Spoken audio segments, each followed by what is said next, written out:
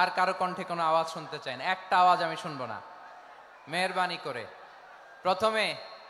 প্রথমে আপনাদের এই যশোর জেলার যারা আছেন তারা আল্লাহর নামে তাকবীর পড়বেন।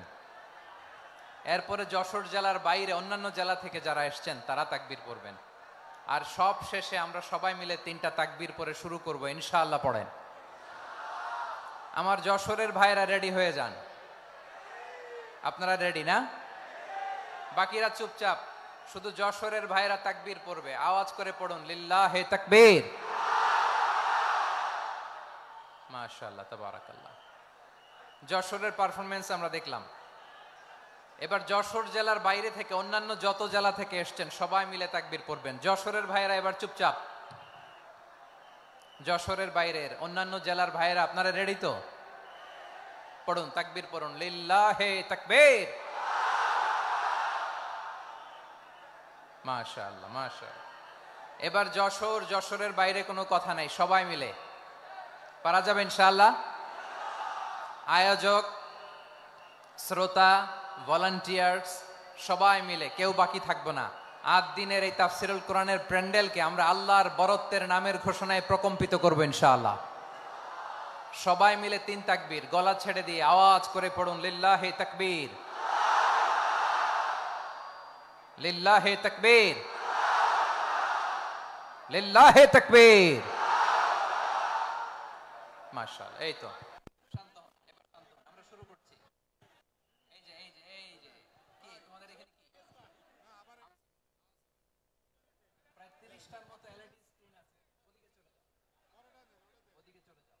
ওদিকে চলে যাও, অথবা চুপ করে বসো। ইন্নাল হামদালিল্লাহ নাহমাদুহু ওয়া নাস্তাঈনুহু ওয়া নাস্তাগফিরুহ।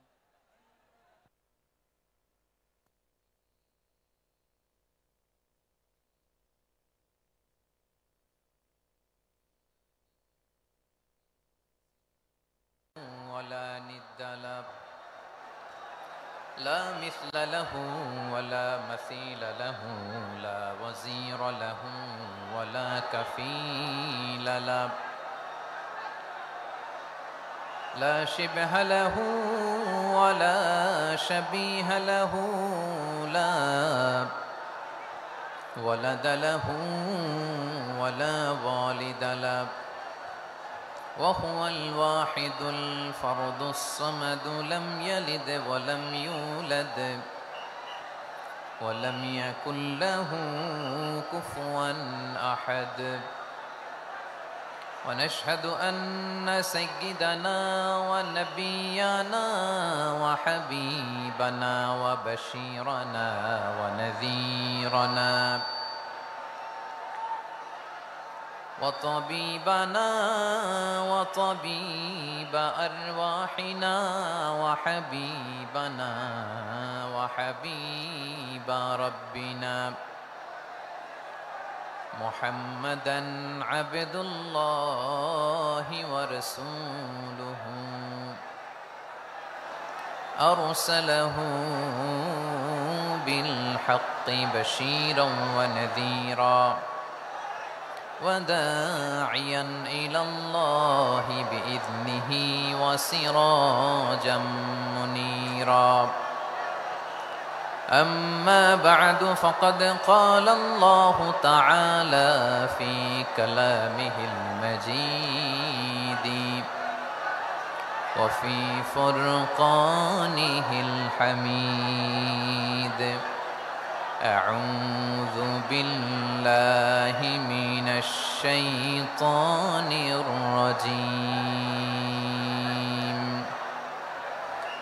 بسم الله الرحمن الرحيم ولقد كرمنا بني آدم وحملناهم في البر والبحر ورزقناهم من الطيبات وفضلناهم على كثير ممن خلقنا تفضيلا إن الله وملائكته يصلون على النبي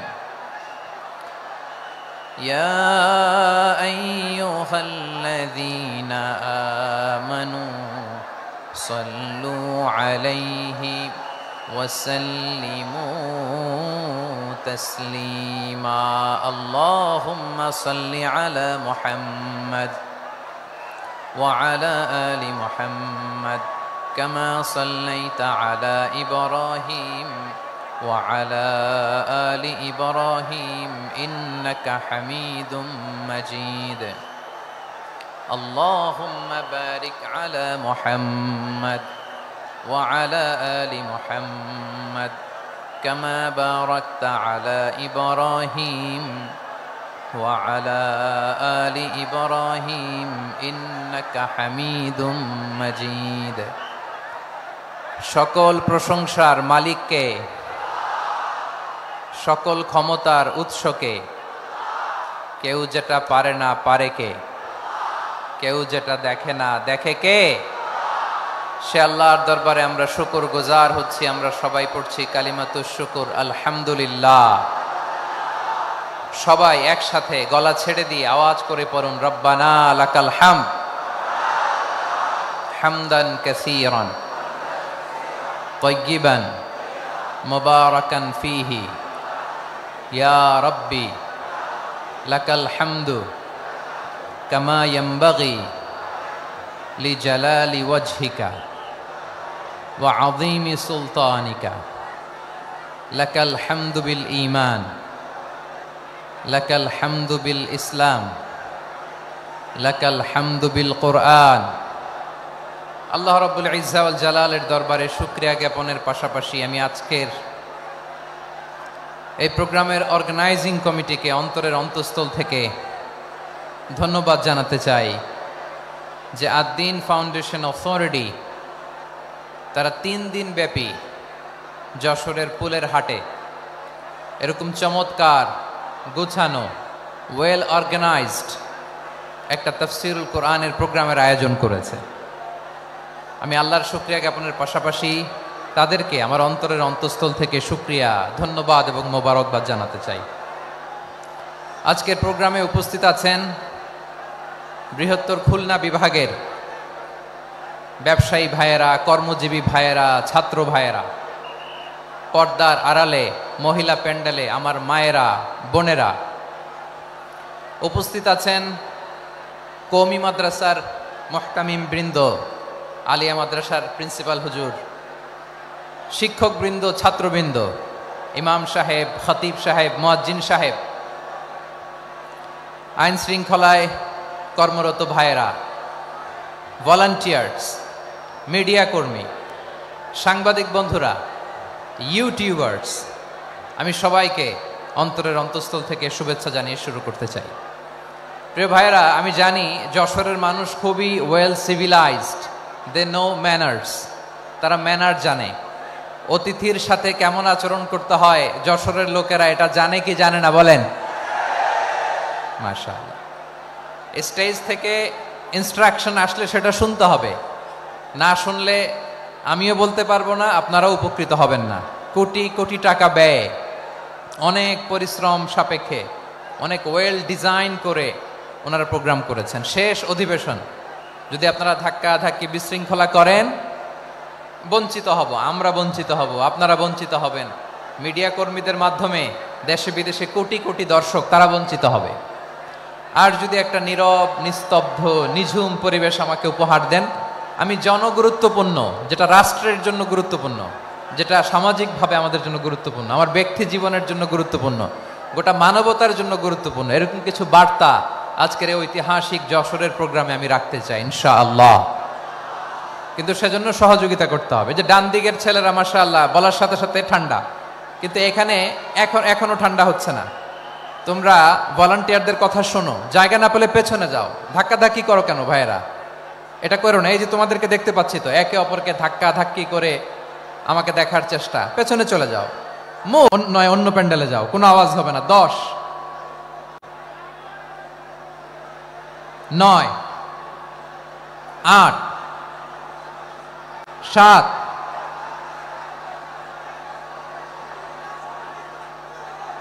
6, 5, 4,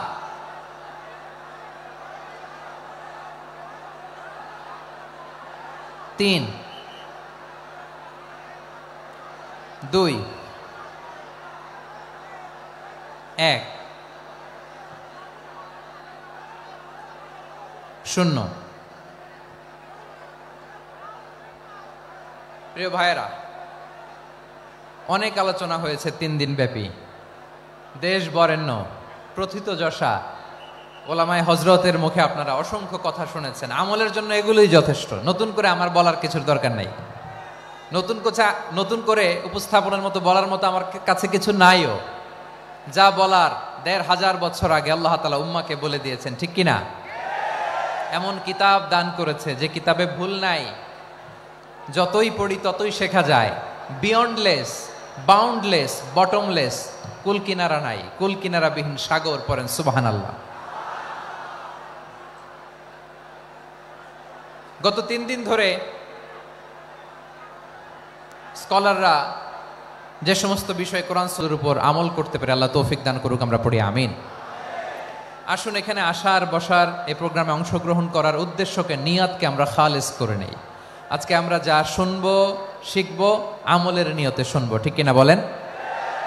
শেষ পর্যন্ত নীরবতা বজায় রাখবো।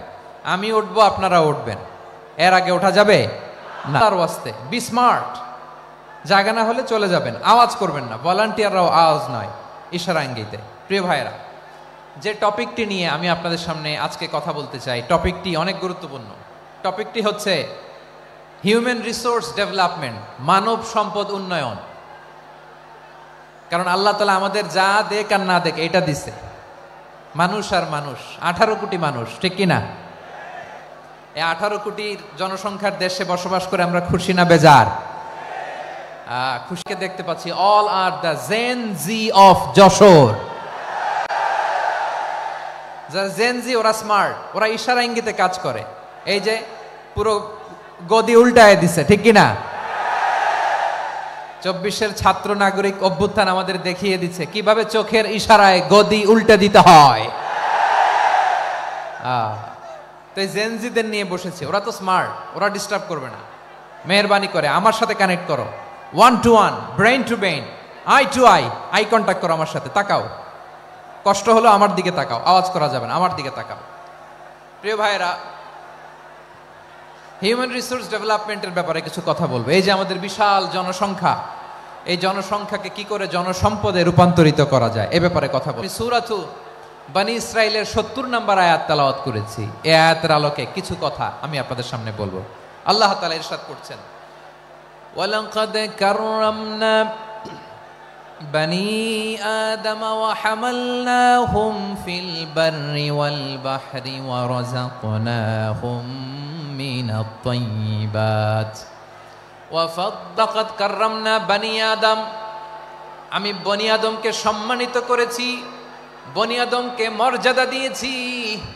ওয়া হামালনাহুম ফিল বাররি ওয়াল বাহর, বনী আদমকে জলে স্থলে স্থলে এবং সমুদ্রে চলাচলের বাহন দিয়েছি। ওয়া রাযাকনাহুম মিনাত তাইয়্যিবাত, তাদেরকে আমি যত মর্যাদা দিয়েছি আমার কোন সৃষ্টিকে এত মর্যাদা দেই নাই। পড়েন সুবহানাল্লাহ। I have dignified the status of the sons of Adam. আদমের সব সন্তানের মর্যাদা আমি বাড়িয়েছি। আল্লাহ এখানে বলেননি ওয়ালাকাদ কাররামনাল মুমিনিন, আমি মুমিনের মর্যাদা বাড়িয়েছি, বলেছেন? আল্লাহ এখানে বলেন নাই ওয়ালাকাদ কাররামনাল মুসলিমিন, আমি মুসলিমের মর্যাদা বাড়িয়েছি।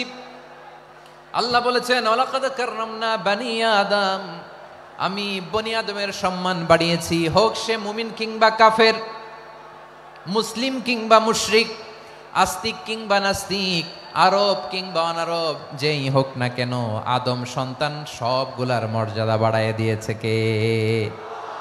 সবার মর্যাদা আল্লাহ বাড়িয়েছে। মানুষ হিসেবে মর্যাদা। বিশ্বনবী সাল্লাল্লাহু আলাইহি ওয়াসাল্লাম ইহুদির লাশ দেখে দাঁড়িয়ে গেলেন। কার লাশ? আমার যশোরের ভাইয়েরা আওয়াজ করে বলুন, কার লাশ? ইহুদির লাশ দেখে দাঁড়ায় গেলেন। সাহাবারা বললেন, ইয়া রাসূলুল্লাহ, আপনি দাঁড়ালেন যে, এটা তো ইহুদির লাশ। বিশ্বনবী বললেন, আওয়ালাইসাত নাফসান, এটা কি মানুষ নয়?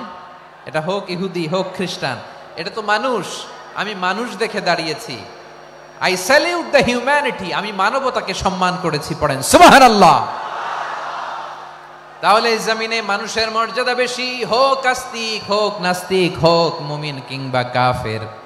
আদমের সন্তান হলে মানুষ হলেই তার মর্যাদা বাড়িয়েছে কে? আমার কলিজার টুকরা যশোরের ভাইয়েরা, মানুষের মর্যাদা আল্লাহ এত বাড়িয়েছেন, মানুষ জীবিত থাকলেও যেমনি মর্যাদাবান, মরে গেলেও মর্যাদাবান। সুবহানাল্লাহ পড়েন। মানুষ মরে গেলে এই ডেড বডিটা কি হয়? পচে যায়, গলে যায়, মাটির সাথে মিশে যায়। তাই বলে আপনি ডেড বডির সাথে যাচ্ছে তাই করতে পারবেন না, পারবেন?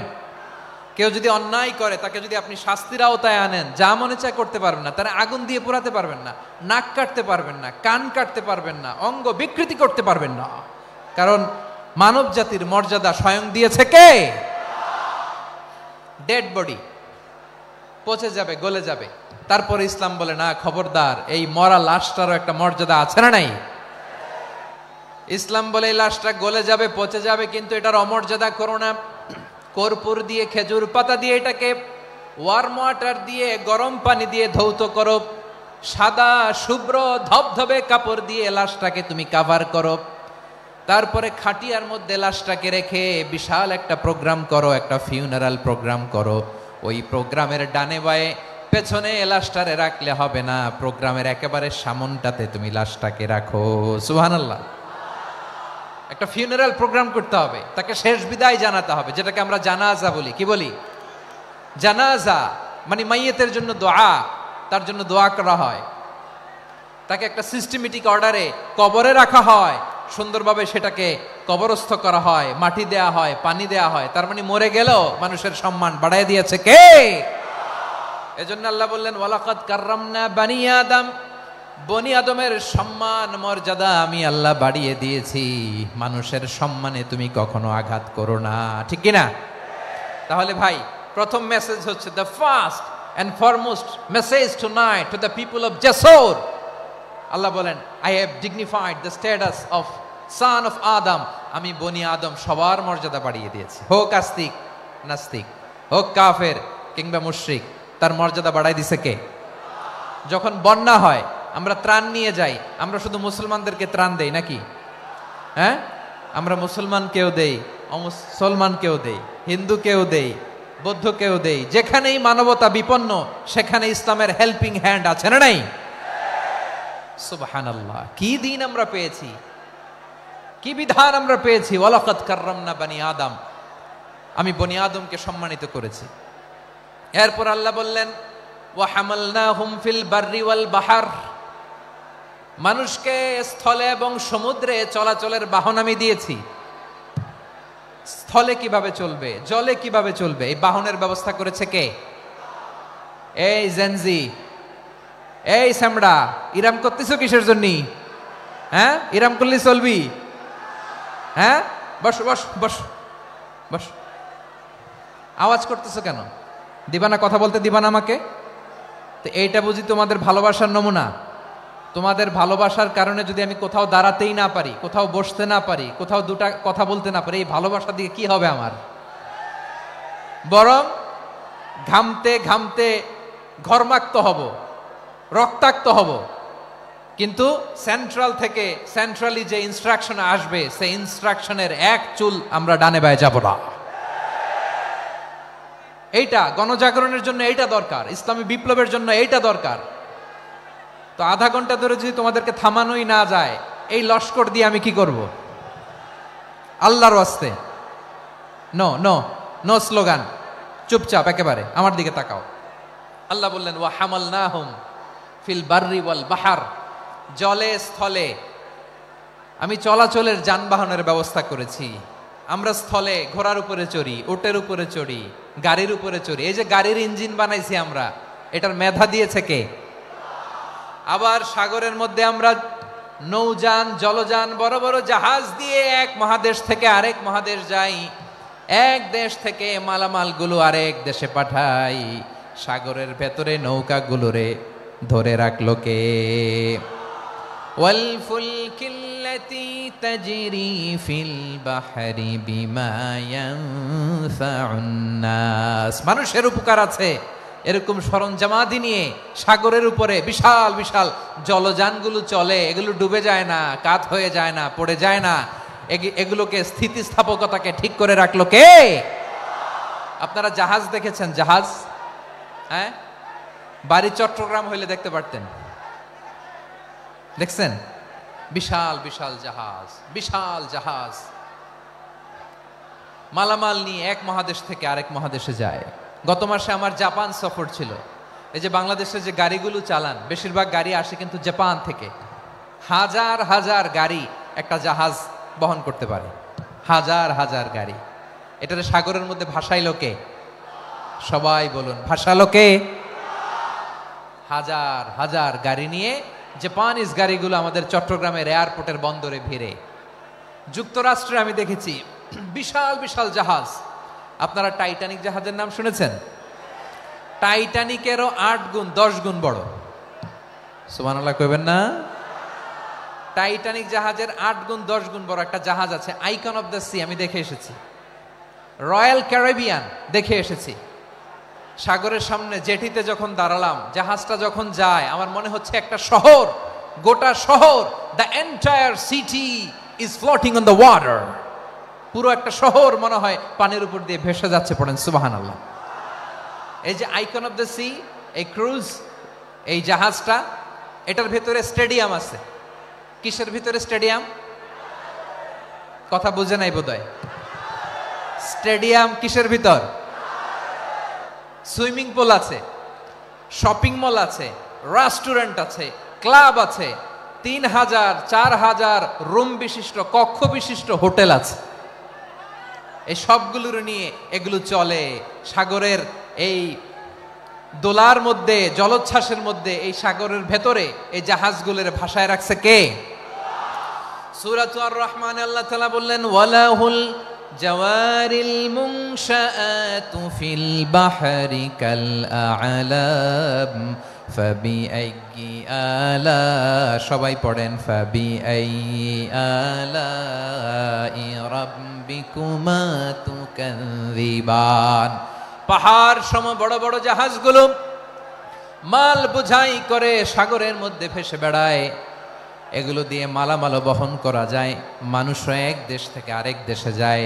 এই জাহাজগুলোরে সাগরের ভেতরে ভাসায় রাখলো কে?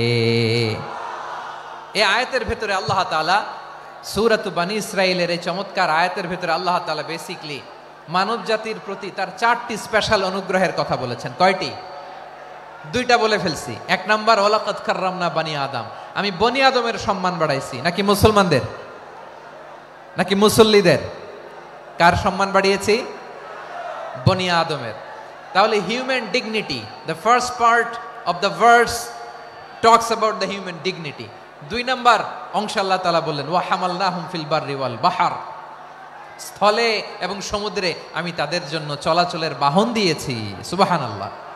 তার মানে smooth movement on land and sea, জলে এবং স্থলে যাতে আমরা স্মুথলি মুভ করতে পারি আল্লাহ তাআলা দিয়েছেন। 3 নাম্বার আল্লাহ তাআলা বললেন, ওয়া রাযাকনাহুম মিনাত তাইয়্যিবাত, মানুষের জন্য আমি পবিত্র রিজিকের ব্যবস্থা করেছি। জলে এবং স্থলে যত প্রাণী আছে সবগুলা প্রাণীকে রিজিক দেয় কে? আমাদেরকে রিজিক দেয় কে? সাগরের মাছগুলোকে, বড় বড় তিমি মাছগুলোরে রিজিক দেয় কে? বাতাসের মধ্যে ভেসে বেড়ানো বড় বড় পাখিগুলো, স্ক্যান্ডিনেভিয়ান কান্ট্রি থেকে লক্ষ লক্ষ কোটি কোটি পাখিগুলো যে এক দেশ থেকে আরেক দেশে ট্রান্সফার হয়, এগুলোর রিজিক দেয় কে? রব্বুল আলামিন বলেন, ওয়ামা মিন দাব্বাতিন ফিল আরদি ইল্লা আলাল্লাহি রিজকুহা ওয়া ইয়ালামু মুস্তাকাররাহা ওয়া মুস্তাওদাআহা কুল্লুম ফি কিতাবিম মুবিন। আল্লাহু আকবার। রব্বুল আলামিন বলেন, ভূপৃষ্ঠে বিচরণশীল যত প্রাণী আছে সব প্রাণীগুলোকে আমি আল্লাহ আমার নিজের কুদরতে রিজিকের বন্দোবস্ত করি। এই প্রাণীগুলো কোথায় থাকে, কোথায় যায়, সব জায়গায় আমি রিজিক পৌঁছে দেই। রিজিক কেউ দিতে পারে না, রিজিকের মালিক কে? রিজিকের মালিক তিনি আল্লাহ। এজন্য আল্লাহ তাআলা বললেন ওয়ারাযাকনাহুম মিনাত তাইয়্যিবাত। এরপর আল্লাহ বললেন ওয়া ফাদ্দালনাহুম আলা কাসীরিম মিম্মান খালাকনা তাফদীলা। আমি যত প্রাণী সৃষ্টি করেছি সকল প্রাণীর মধ্যে মানুষের মর্যাদা শ্রেষ্ঠত্ব আমি দিয়েছি। সুবহানাল্লাহ পড়েন। তাহলে এক নম্বরে আল্লাহ বললেন আমি বনি আদমের মর্যাদা বাড়ালাম।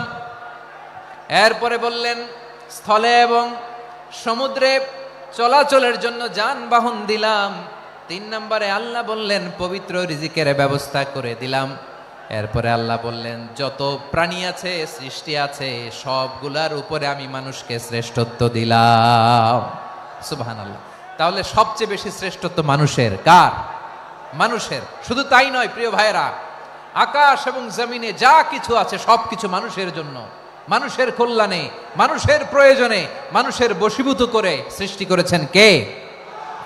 রব্বুল আলামিন বলেন হুয়াল্লাযী খালাকা লাকুম মা ফিল আরদি জামিআ। এই জমিনের মধ্যে যা কিছু আমি আল্লাহ সৃষ্টি করেছি সব কিছু আমি মানুষের জন্য সৃষ্টি করেছি। পড়েন সুবহানাল্লাহ। হুয়াল্লাযী খালাকা লাকুম মা ফিল আরদি জামিআ। যা আছে সব আমাদের জন্য, সব আমাদেরকে সার্ভিস দেওয়ার জন্য, আমাদের উপকারের জন্য, আমাদের কল্যাণের জন্য। আওয়াজ করে সবাই পড়ুন আল্লাহু আকবার। অন্য আয়াতে আল্লাহ বললেন ওয়াসাখখারা লাকুম মা ফিস সামাওয়াতি ওয়া মা ফিল আরদি জামিআম মিন ইন্না ফি যালিকা লাআয়াতিন লিকাউমিন ইয়াতাফাক্কারুন। প্রথম আয়াতে আল্লাহ বললেন জমিনে যা আছে সব তোমাদের কল্যাণে আমি সৃষ্টি করলাম।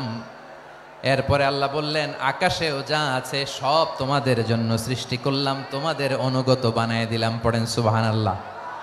মানুষের কি ব্রেইন দেখেন, মানুষ জমিন ছেড়ে আকাশে চলে যায়। পাখি দেখে মানুষের শখ হলো পাখি যেহেতু উঠতে পারে আমরাও পারবো। অরবিল রাইট, উইলবার রাইট, 2 ভাই মিলে আঁকাঝোঁকা করতে করতে করতে করতে প্লেন বানায় ফেললো। কোন সুবহানাল্লাহ। এখন পাখিও ওরে, আমরাও ওরি। এরপরেই মানুষের কৌতূহল থামে না এখানে। মানুষ চলে গিয়েছে চাঁদে। কোথায় গেছে? এখন কিন্তু চাঁদে জমি বিক্রি হয় জানেন। পৃথিবী নিয়ে মারামারি শেষ। রাশিয়া আমেরিকা এখন ধরছে চাঁদ আর মঙ্গল গ্রহ। এখন চাঁদে জমি বিক্রি হয়, মঙ্গলে জমি বিক্রি হয়। এই চাঁদ, মঙ্গল, বৃহস্পতি, শনি সব আল্লাহ তাআলা আমাদের জন্য বানিয়েছেন। সুবহানাল্লাহ পড়েন। মানুষ সাগরের উপরে চড়ে, শূন্যে ভেসে বেড়ায়, পাহাড় কেটে সুড়ঙ্গ বানায়, টানেল বানায়। মানুষ ব্রডব্যান্ডের লাইন নিয়ে যায় সাগরের ভেতর দিয়ে, এক দেশ থেকে আরেক দেশে, এক মহাদেশ থেকে আরেক মহাদেশে। সুবহানাল্লাহ পড়েন।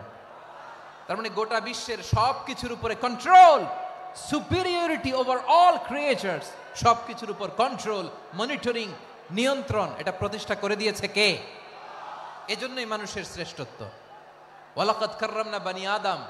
আমি বনি আদমের সম্মান বাড়িয়েছি, মর্যাদা আমি বাড়িয়ে দিয়েছি এই কারণে, কারণ মানুষ সব কিছুর উপর নিয়ন্ত্রণ নিতে পারে।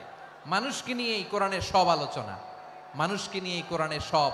তাই কোরআনের কেন্দ্রীয় আলোচ্য বিষয় হচ্ছে মানুষ। কোরআনের কেন্দ্রীয় আলোচ্য বিষয় কি? যশোরের ভাইয়েরা বুঝে থাকলে সবাই বলবেন কোরআনের কেন্দ্রীয় আলোচ্য বিষয় কি? এই যে আমি মূল আলোচনায় যাচ্ছি এখন। কেন মানুষ কোরআনের কেন্দ্রীয় আলোচ্য বিষয়? এই যে ভাইয়েরা, এই যে হাত জোর করে, এই যে Jessore Gen Z, the smart people of Jessore, হাত জোর করে বলতেছে, হাত জোর করে তোদের কাছে আল্লাহর দোহাই লাগে, স্টপ স্টপ। শুরুতে একবার বলেছে জায়গা না হলে আস্তে আস্তে ধাক্কা দিবা, সামনে না পিছনে, দিয়ে দিয়ে বেরোয় চলে যাও। এলইডিতে দেখো, এই যে আল্লাহর ওয়াস্তে জায়গা না হলে ওদিকে যাও। কোরআনের মাহফিলে বিশৃঙ্খলা, এটা কাফিরদের আলামত। কাফিররা শীষ দিত, শীষ।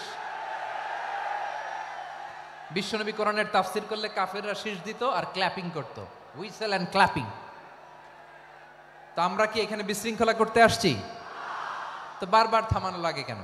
কোনো আওয়াজ হবে না, বললাম তো স্টপ। আওয়াজ করে বলুন, কোরআনের কেন্দ্রীয় আলোচ্য বিষয় কি? সবাই বলেননি? এতগুলো মানুষ উত্তর দিলে এতটুকু আওয়াজ হয়, অন্তত আমি বিশ্বাস করি না। যশোর, আওয়াজ করে বলো, কোরআনের কেন্দ্রীয় আলোচ্য বিষয় কি? মানুষ। এই মানুষ কোরআনের কেন্দ্রীয় আলোচ্য বিষয়। মানুষকে আল্লাহ স্বাধীনতা দিয়েছেন। ফামান শাআ ফালইউমিন ওয়া মান শাআ ফালইয়াকফুর। চাইলে মুমিন হতে পারো, চাইলে কাফের হতে পারো, তোমার ইচ্ছা। তবে জেনে রাখো, মুমিন হলে পাবা জান্নাত, কাফির হলে পাবা জাহান্নাম। নাও দ্য ডিসিশন ইজ ইয়ার্স। সিদ্ধান্ত তোমার, জান্নাতে যাবা না জাহান্নামে যাবা। যশোরের ভাইয়ের আওয়াজ করে বলুন, কই যেতে চান, জান্নাতে না জাহান্নামে? ডান দিকে না বাম দিকে? ডানপন্থী না বামপন্থী? চিল্লা চিল্লি না চুপচাপ? চুপচাপ কয়ে আবার চিল্লাচিল্লি শুরু করে দিচ্ছে। মাশাআল্লাহ। তাহলে কোরআনের কেন্দ্রীয় আলোচ্য বিষয় মানুষ। আমার সাথে থাকতে হবে, তোমাদেরকে নিয়ে আমি আলোচনা শেষ পর্যন্ত যাব। অনেক গুরুত্বপূর্ণ কথা বাকি আছে, আমাকে সহযোগিতা করতে হবে। মাশাআল্লাহ, এই তো ঠান্ডা হয়েছে। হ্যাঁ, ঠিক আছে ঠিক আছে ঠিক আছে। মানুষকে আল্লাহ এত স্বাধীনতা দিয়েছেন, মানুষ চাইলে অনেক ভালো হইতে পারে। ভালোর রাস্তাও খোলা, খারাপ হওয়ার রাস্তাও খোলা। ভালো হইলে মানুষ অনেক ভালো, খারাপ হইলে অনেক খারাপ। ভালো হইলে সবচেয়ে ভালো, খারাপ হইলে সবচেয়ে খারাপ। এজন্য সিদ্ধান্ত আপনাকেই নিতে হবে। আল্লাহ তাআলা বলছেন, লাকাদ খালাকনাল ইনসানা ফি আহসানি তাকওয়িম সুম্মা রাদাদনাহু আসফালা সাফিলিন। আমি মানুষকে অনেক সুন্দর অবয়বে, সুন্দর আকৃতিতে সৃষ্টি করেছি। তার শুধু চেহারার ডিজাইনটাই সুন্দর নয়, তার ব্রেনটা বড্ড সুন্দর, তার মানসিকতা বড্ড সুন্দর, তার সৃজনশীলতা বড্ড সুন্দর। পড়েন সুবহানাল্লাহ। আমাদের চেহারা, অবয়ব, ডিজাইন যে সুন্দর তা না, আমাদের ব্রেনটা অনেক সফিস্টিকেটেড ব্রেন, অনেক সফিস্টিকেটেড। এই 1.5 কেজি ব্রেন ইউজ করে মানুষ গোটা বিশ্বে সভ্যতা বিনির্মাণ করেছে, ঠিক কিনা? এই ব্রেন আল্লাহ তাআলা আমাকে দিয়েছে। এটারে কাজে লাগালে, আপনার 6 সেন্স কাজে লাগালে আপনি অনন্য মানুষ হয়ে উঠবেন, মহামানবে রূপান্তরিত হবেন। মানুষ হতে পারে, চাইলেই মহামানব হতে পারে। আবার যদি মানুষ চায়, খারাপও হতে পারে। আল্লাহ বললেন শুধু ভালোই না, ভালো হতে চাইলে অনেক ভালো তুমি হতে পারো, আবার খারাপ হতে চাইলে অনেক খারাপ তুমি হতে পারো। সুম্মা রাদাদনাহু আসফালা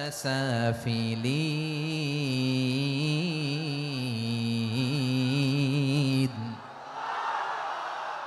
খারাপ হলে একেবারে খারাপ হতে পারো, নিকৃষ্ট হলে একেবারে নিকৃষ্ট হতে পারো, ভালো হলেও ভালো হতে পারো। কোন সুবহানাল্লাহ।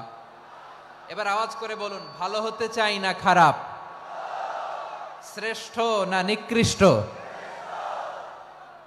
মানুষ ভালো হলে মানুষ ফেরেশতার চেয়েও ভালো, মানুষ খারাপ হলে সে পশুর চেয়েও খারাপ। কথা ঠিক কিনা বলেন? ভালো হলে ফেরেশতার চেয়েও ভালো, খারাপ হলে পশুর চেয়েও নিকৃষ্ট। তার মানে শ্রেষ্ঠত্বে মানুষ, শ্রেষ্ঠত্বে ফেরেশতাকে হার মানায়, আর অধপতনে শ্রেষ্ঠত্বে ফেরেশতাকে ছাড়িয়ে যায়, আর অধপতনে পশুকেও হার মানায়। আই রিপিট, আমি আবারও বলছি, মানুষ শ্রেষ্ঠত্বে ফেরেশতাকে ছাড়িয়ে যায়, আর অধপতনে সে পশুকেও হার মানায়। আওয়াজ করে বলতে হবে, ঠিক কি না? এটার প্রমাণ কি? মানুষ শ্রেষ্ঠ হইলে যে ফেরেশতার চেয়েও সেরা, তার প্রমাণ কি? আল্লাহ তাআলা বলছেন, ওয়া ইয কুলনা লিল মালাইকাতি ইসজুদু লি আদম ফাসাজাদু ইল্লা ইবলিস আবা ওয়াস্তাকবারা ওয়া কানা মিনাল কাফিরিন। আল্লাহ বলেন, স্মরণ করো সে সময়ের কথা যখন আমি ফেরেশতাদেরকে বললাম, ও ফেরেশতারা আদমকে সেজদা দাও। সব ফেরেশতারা সম্মান সূচক সেজদা আদমকে দিল। তারা আদমের জন্য সেজদায় লুটিয়ে পড়লো, একজন ছাড়া, তার নাম ইবলিস। আওয়াজ করে বলেন, তার নাম কি? সে অহংকার প্রদর্শন করলো, সে কাফের হয়ে গেল। বাকি সব ফেরেশতারা সেজদা দিল। সুবহানাল্লাহ। আবার আদম আলাইহিস সালামকে আল্লাহ জিজ্ঞেস করলেন, সব বলে দিল উত্তর, কিন্তু ফেরেশতাদেরকে একই প্রশ্ন জিজ্ঞেস করলেন, তারা উত্তর করতে পারে নাই। তার মানে এর মধ্য দিয়ে প্রমাণিত হয় মানুষ ভালো হলে ফেরেশতার চেয়েও ভালো, ফেরেশতার চেয়েও মানুষের মর্যাদা বাড়িয়ে দিয়েছে কে?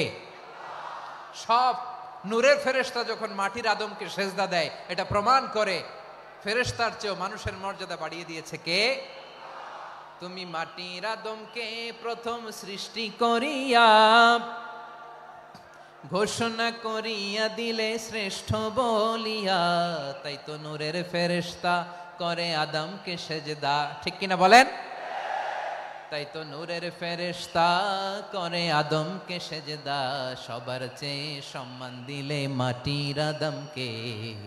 আল্লাহু আল্লাহু তুমি জাল্লে জালালুহু, শেষ করা তো যায় না গে তোমার গুণগান। পড়েন না? পড়েন।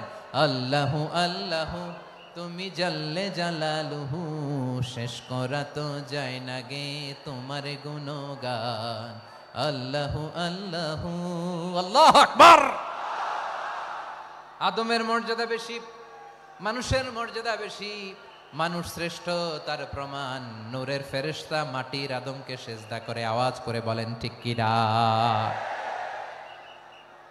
তাহলে মানুষ ভালো হলে ফেরেশতার চেয়ে ভালো, আবার মানুষ যদি খারাপ হয় সে পশুর চেয়েও খারাপ। অধপতনে পশুত্বকে হার মানায়। তার প্রমাণ কি? তার প্রমাণ হচ্ছে যশোরের ভাইরা দেখবেন পত্রিকায় নিউজ পেপারে মাঝে মাঝে এরকম দেখা যায়, এক মানুষ আরেক মানুষকে হত্যা করে 20 টুকরা করে বস্তার ভিতরে ভরেছে। আপনারা এই নিউজ পড়েন নাই না? দেখেন নাই? দেখছেন? মানুষ মানুষকে হত্যা করে কয় টুকরা? জোরে বলেন। এখানেই ক্ষান্ত হয় না, আবার কোথায় ভরছে? বস্তার ভেতরে। আচ্ছা, বুঝে থাকলে আওয়াজ করে বলেন, কোনদিন শুনছেন একটা হাতি আর একটা হাতিকে হত্যা করে 20 টুকরা করছে, এরপরে বস্তার ভিতরে ভরছে? হয়েছে? তাহলে দেখেন, মানুষ যদি খারাপ হয় সে পশুকেও হার মানায়। চিল্লায় বলো ঠিক কিনা? এমনও দুশ্চরিত্র মানুষ আছে যার নজর থেকে 6 মাসের ছোট্ট মেয়ে থেকে শুরু করে 80 বছরের বৃদ্ধারাও নিরাপদ নয়। পশুকেও হার মানে। মানুষের ঘর জ্বালিয়ে পুড়ে মেসাকার করে দেয়, জনপদের পর জনপদ জ্বালায় দেয়। এরকম আছে না নাই? বোমা মেরে শহরগুলো উড়িয়ে দেয়। এই যে ইসরায়েল গাজার মধ্যে যে অ্যাটাক করেছে, এরা মসজিদ মানে নাই, মসজিদে বম ফেলেছে। এরা খ্রিস্টানদের চার্চ গির্জা মানে নাই, গির্জায় বম ফেলেছে। পৃথিবীর ইতিহাসে never happened in the history of the world that someone bombed on a hospital, on a ICU center. এমন হাসপাতাল যেখানে আইসিইউর রোগীরা আছে, ওই হাসপাতালের উপরও ইসরায়েলি সৈনিকেরা বোমা মেরেছে। জোরে বলেন ঠিক কিনা? এরা মানুষ? আওয়াজ করে বলেন, এরা মানুষ না। প্রিয় ভাইয়েরা, চোখ কান নাক মুখ থাকলেই মানুষ না। যা এই দুনিয়া এখন তো আর সেই দুনিয়া নাই, মানুষ নামের মানুষ আছে দুনিয়া বোঝাই, সেই মানুষের ভিড়ে আমার আসল মানুষ নাই। ঠিক কিনা? আসল মানুষের বড্ড অভাব, আসল মানুষের বড্ড অভাব। আমার ভাইয়েরা, মানুষ খারাপ হলে পশুকেও হার মানায়। আচ্ছা, আওয়াজ করে বলেন, এই যশোরের ছেলেরা এদিক তাকাও, আওয়াজ করে বলো, যে ইসরায়েলি সোলজাররা উপর থেকে বোমা মারলো তারাও মানুষ? তারাও কি? ওরাও রক্তে মাংসে মানুষ, ওদেরও পরিবার আছে। বোমা মেরে যেই মেয়েটাকে তারা অনাথ বানায়, ইয়াতিম বানায়, ও কিন্তু বাসায় ওর মেয়েটাকে রেখে আসছে। ঠিক কিনা বলেন? বম্বিং করে যে বাবাকে মেরে, স্বামীকে মেরে স্ত্রীকে বিধবা বানায়, তারও ঘরে স্ত্রী আছে। উপর থেকে বোম মেরে মানুষ মেরে দিচ্ছে, তারাও মানুষ। 1945 সালের 6 আগস্ট আমেরিকান সোলজাররা হিরোশিমায় বোম মেরেছে। আমি নিজে দেখে এসেছি জাপানের হিরোশিমাতে। সকাল 8:15 মানুষ কেউ অফিসে যাচ্ছিল, কেউ খেতে খামারে কাজ করতে যাচ্ছিল। লিটল বয় নামে একটা বোম মেরেছে তারা। এই বোমের আঘাতে, পারমাণবিক এই বোমার রেডিয়েশনে আঘাতে, বোম ব্লাস্ট হওয়ার পরে মুহূর্তের মধ্যে 1,40,000 নাই। উপর থেকে যারা মারতেছে এরাও মানুষ, যাদেরকে মারলো তারাও। তার মানে মানুষে মানুষে পার্থক্য আছে না? নেই? মানুষে মানুষে পার্থক্য আছে। নাক কান চোখ মুখ থাকলেই মানুষ নয়। বাড়ছে জনসংখ্যা, কমছে মানুষ। চিল্লায় বলো ঠিক কিনা? তাহলে আমরা বুঝলাম মানুষ ভালো হলে অনেক ভালো, খারাপ হলে অনেক খারাপ। ও আমার কলিজার টুকরা যশোরের ভাইয়েরা, আসুন না 3 দিন ব্যাপী এই তাফসিরুল কোরআনের ঐতিহাসিক প্রোগ্রাম থেকে আমরা সিদ্ধান্ত নেই আমরা ভালো মানুষ হব নাকি খারাপ মানুষ হব।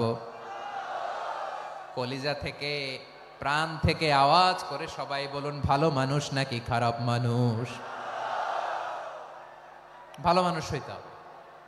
ভালো মানুষ যারা জগৎটাকে এনলাইটেন করবে, যারা এনলাইটেন করবে, যারা সত্যের বীর সেনানী হয়ে দাঁড়াবে, যারা সত্যের পক্ষে কথা বলবে, যারা জালিমের মসনদকে ভেঙে খান খান করে দেবে। এরকম হওয়ার দরকার আছে না নাই? এরকম ভালো মানুষ আমরা হতে চাই কি চাই না? মানুষকে যত্ন নিলে মানুষ যে কত ভালো হয় আপনি কল্পনাও করতে পারবেন না। এই যে আপনাদের যশোরে যে ভালো ছেলেগুলো আছে, যে ভালো তরুণগুলো আছে, যে যুবকগুলো আছে, যে ভালো আলেমরা আছে, ভালো নেতারা আছে, সবাই যদি তাদের মতো হতো পুরো যশোরটা একটা জান্নাতের টুকরা হয়ে যেত। আওয়াজ করে বলেন ঠিক কিনা? মানুষকে নার্চারিং করলে, মানুষকে পলিশ করলে, মানুষকে গ্রুমিং করলে, মানুষকে সঠিক তারবিয়া দিলে মানুষ অনন্য হয়ে ওঠে। প্রতিটি মানুষ অনন্য। আমি অনন্য, আপনি অনন্য, আমরা সবাই অনন্য। সুবহানাল্লাহ বলেন। মানুষকে আল্লাহ তাআলা দিয়েছেন অসীম ক্ষমতা, অসীম ক্ষমতা। সুবহানাল্লাহ। একটা মানুষ পারে না এমন কিছু নাই, একটা মানুষ পারে না এমন কিছু নাই। বিশ্বাস করতে হবে, মানুষ যা কল্পনা করতে পারে ওইটা মানুষ করে দেখাতে পারে। যশোরের ভাইয়ের, আই রিপিট, আমি আবারও বলছি, এই চিল্লাচিল্লি করলে আমার এই গুরুত্বপূর্ণ কথা তোমরা মিস করবা, মিস করবা। কপাল পোড়া হয়েও না, আওয়াজ করে কপাল পোড়া হবে না। আমার দিকে তাকাও। মানুষ, মানুষ যা কল্পনা করতে পারে সেটা মানুষ করে দেখাতে পারে। তুমি তোমার কল্পনার রাজ্যকে সাজাও, তোমাকে হারাতে পারে এমন কোন শক্তি আল্লাহর জমিনে নাই। তোমার কি শক্তি, কি সম্ভাবনা তুমি জানোই না মিয়া। তুমি এদিকে তাকাও কেন? তোমার রাস্তা তো ওই দূরে। তুমি কোথায় যাবে, আল্লাহ তোমার টেনে কোথায় নিয়ে যাবে তুমি কিছুই জানো না। Plan big, dream big. কল্পনার শক্তিকে বড় করো। মানুষ যা কল্পনা করতে পারে মানুষ তা করে দেখাতে পারে। মানুষের কাছে অসাধ্য কিছু নাই মৃত্যু ছাড়া, এক্সেপ্ট ডেথ। মৃত্যু ছাড়া মানুষ সবকিছুকে জয় করতে পারে। মৃত্যু ছাড়া যে কোনো অসাধ্যকে সাধন করার ক্ষমতা মানুষকে দিয়ে দিয়েছে কে? হারার জন্য তোমার জন্মই হয় নাই, তোমার জন্ম হয়েছে জিতার জন্য, বিজয়ের জন্য তোমার জন্ম। মানুষের শুরুটাই হয় বিজয় দিয়ে। যশোর, আওয়াজ করে বলো, মানুষের শুরু হয় কি দিয়ে? আমরা যখন আমার পিতার পৃষ্ঠদেশে ছিলাম, পিতার পৃষ্ঠদেশ থেকে শুক্রাণু যখন মায়ের গর্ভদেশে যেয়ে পড়ে, কতটা শুক্রাণু ভ্রমণ শুরু করে জানো? 20 কোটি শুক্রাণু। একবার সিমেন আউট হলে সেখানে 20 কোটি শুক্রাণু থাকে, ভ্রমণ শুরু করে। ওই 20 কোটি শুক্রাণুর মধ্য থেকে তুমি আমি আজকে এক বিকশিত শুক্রাণু মানব রূপে পৃথিবীতে এসেছি। সুবহানাল্লাহ। ওই 20 কোটি শুক্রাণুর প্রতিযোগিতায় সবাইরে পেছনে ফেলে সেদিন আমি সফল হয়েছিলাম, সেদিন আমি বিজয়ী হয়েছিলাম। সেদিন আমি এত ছোট ছিলাম, মাইক্রোস্কোপ দিয়েও আমার অস্তিত্ব পাওয়া যায় না। আমি এত তুচ্ছ ছিলাম, নগণ্য ছিলাম। আমার কান ছিল না, আমার চোখ ছিল না, আমার হাত ছিল না, আমার জন্য রিকমেন্ডেশন করার মতো মামু ছিল না, খালা ছিল না, কেউ ছিল না। তারপরেও ওই প্রতিযোগিতায়, ওই কম্পিটিশনে যখন আমারে কেউ হারাতে পারে নাই, আল্লাহর জমিনেও আমারে কেউ হারাতে পারে না। হারার জন্য তোমার জন্মই হয় নাই, তুমি আসছোই জিতার জন্য। সুবহানাল্লাহ। বিশ্বনবী বলেন, আন্নাসু মাআদিন কামাআদিনি যাহাবি ওয়াল ফিদ্দা খিয়ারুহুম ফিল জাহিলিয়াতি খিয়ারুহুম ফিল ইসলাম। Peoples are like mines of gold and silver. সোনার খনি, রূপার খনি, এর চেয়েও বড় খনি হচ্ছে এই মানব সম্পদের খনি। আওয়াজ করে বলেন আল্লাহু আকবার। আল্লাহ তাআলা এই সম্পদ আমাদেরকে দিছে। বিশ্বনবী বলেন মানুষ হচ্ছে খনির মতো, খিয়ারুহুম ফিল জাহিলিয়াতি খিয়ারুহুম ফিল ইসলাম। জাহিলি যুগে যারা সেরা, ইসলামেও তারা সেরা। ইদা ফাকুহু, যদি তারা বুঝবান হয় তাহলে তাদেরকে সেরা বানায় দিবে কে? তাহলে মানুষের চেয়ে সেরা কেউ হতে পারে? মানুষের চেয়ে অনন্য কেউ হতে পারে? মানুষকে কেউ হারাতে পারে? আওয়াজ করে বলো, তোমাকে কেউ হারাতে পারবে? এই সাহস জাগছে আজকের আলোচনা থেকে। আমি তুমি অনন্য, আমাকে তোমাকে হারায় দেওয়া এত সহজ না, ঠিক কিনা? একটা কথা জীবনের সাথে সেট করে নিতে হবে, আমি জিতি নয় শিখি, আমি কখনো হারি না। জীবনের সাথে সেট করে নাও, জেনজি অফ জেসর, আমি কখনো হারি না, আমি হয় জিতি নয় শিখি। চিল্লায় বলো ঠিক কিনা? আমি কখনো হারি না, আমার হারানো এত সোজা না। কি সাহস জাগছে? বুকে সাহস জাগছে? তাকবীর পড়ো, লিল্লাহে তাকবীর। তাহলে বিশ্বনবী বললেন নাসু মাআদিন, মানুষ হচ্ছে খনি। এই ধাক্কা ধাক্কি, আমি জানি এগুলো ভালোবাসার ধাক্কা ধাক্কি, এজন্য আমি সহ্য করে নেই। এগুলো যে ভালোবাসার ধাক্কা ধাক্কি এটা আমরা বুঝি। পৃথিবীর কোন আইন, সিকিউরিটি প্রোটোকল দিয়ে এটারে মানানো যাবে না, কারণ এটা তো ভালোবাসা, লাভ। লাভ কোনো আইন কানুন দিয়ে বাধা যায় না, মানানো যায় না, ঠিক কিনা বলো?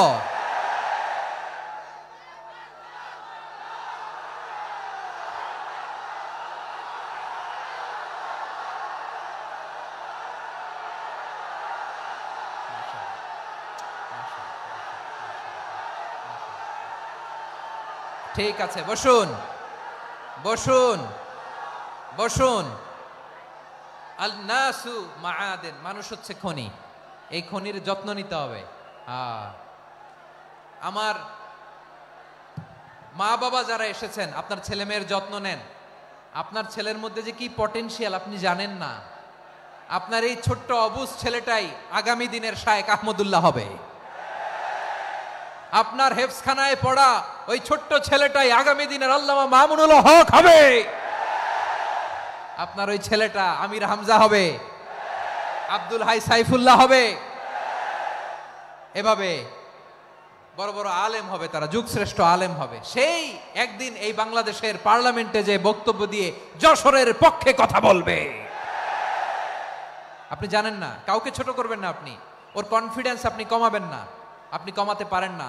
প্যান্ডেলে আমার যে মা বোনেরা আছেন, ছেলে মেয়েদেরকে কখনো ছোট করে কথা বলবেন না। ও যে কোথায় যাবে আপনি জানেন না, আপনি মা হয়ে তাকে সাহস দিবেন, তার কল্পনার জগৎটাকে সাজাতে তাকে উৎসাহিত করবেন, ঠিক কিনা বলেন? আর আমার প্যান্ডেলের আমার প্রিয় শ্রদ্ধাশীলা মায়েরা বোনেরা, আপনারা তো আরো দামি সম্পদ। বিশ্বনবী বলেন আর দুনিয়া কুল্লুহা মাতা। আল্লাহ আল্লাহ আল্লাহ, বিশ্বনবীর কথার ওজন দেখেন। আর দুনিয়া কুল্লুহা মাতা ওয়া খায়রু মাতা'আদ দুনিয়াল মারআতুস সালিহা। বিশ্বনবী বলেন দুনিয়ায় যা দেখো সব আল্লাহর দেওয়া অ্যাসেট, মানে সম্পদ। আর এত অ্যাসেটের ভিড়ে সবচাইতে শ্রেষ্ঠ সম্পদ হচ্ছে নেককার নারী।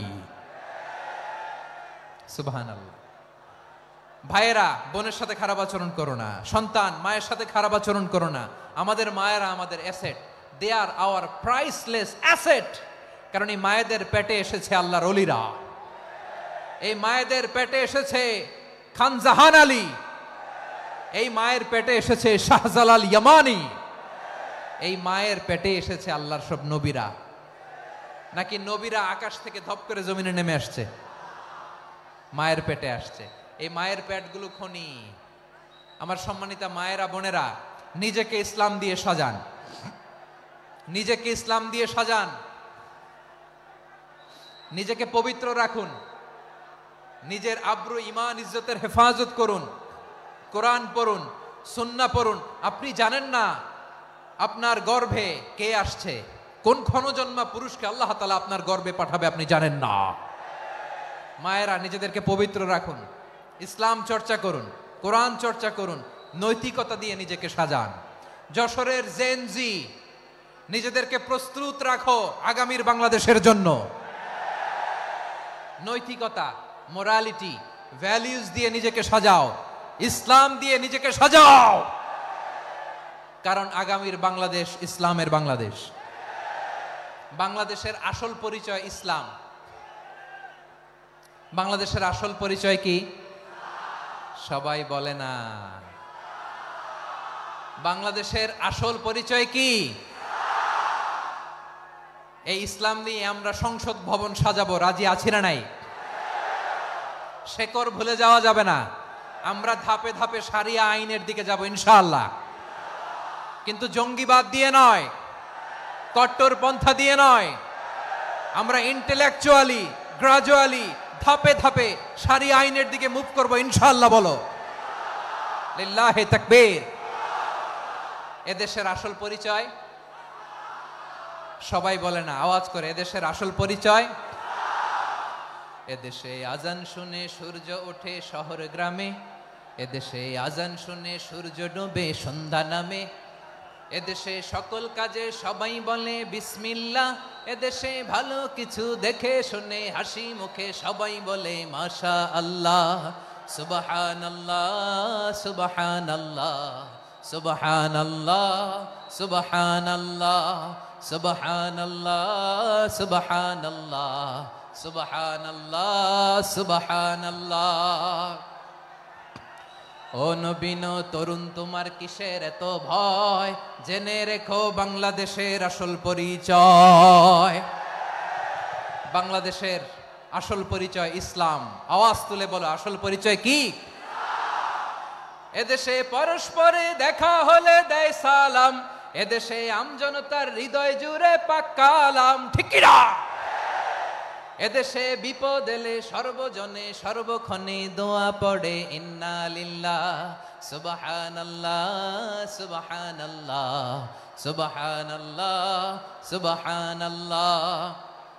এদেশে আজান শুনে সূর্য ওঠে শহর গ্রামে, এদেশে আজান শুনে সূর্য ডোবে সন্ধ্যা নামে, এদেশে সকল কাজে সবাই বলে বিসমিল্লাহ, এদেশে ভালো কিছু দেখে শুনে হাসি মুখে সবাই বলে মাশা আল্লাহ সুবহানাল্লাহ। আওয়াজ করে সুবহানাল্লাহ সুবহানাল্লাহ সুবহানাল্লাহ সুবহানাল্লাহ। সবাই একসাথে সুবহানাল্লাহ সুবহানাল্লাহ সুবহানাল্লাহ সুবহানাল্লাহ। এদেশের আসল পরিচয় কি? আওয়াজ করে বলতে ভয় লাগে। এদেশের আসল পরিচয় কি? ইসলাম দিয়ে আমাদের সংসদ ভবন চলুক, আমরা চাই কি চাই না? বঙ্গভবনে লা ইলাহা ইল্লাল্লাহর পতাকা উড়ুক, আমরা চাই কি চাই না?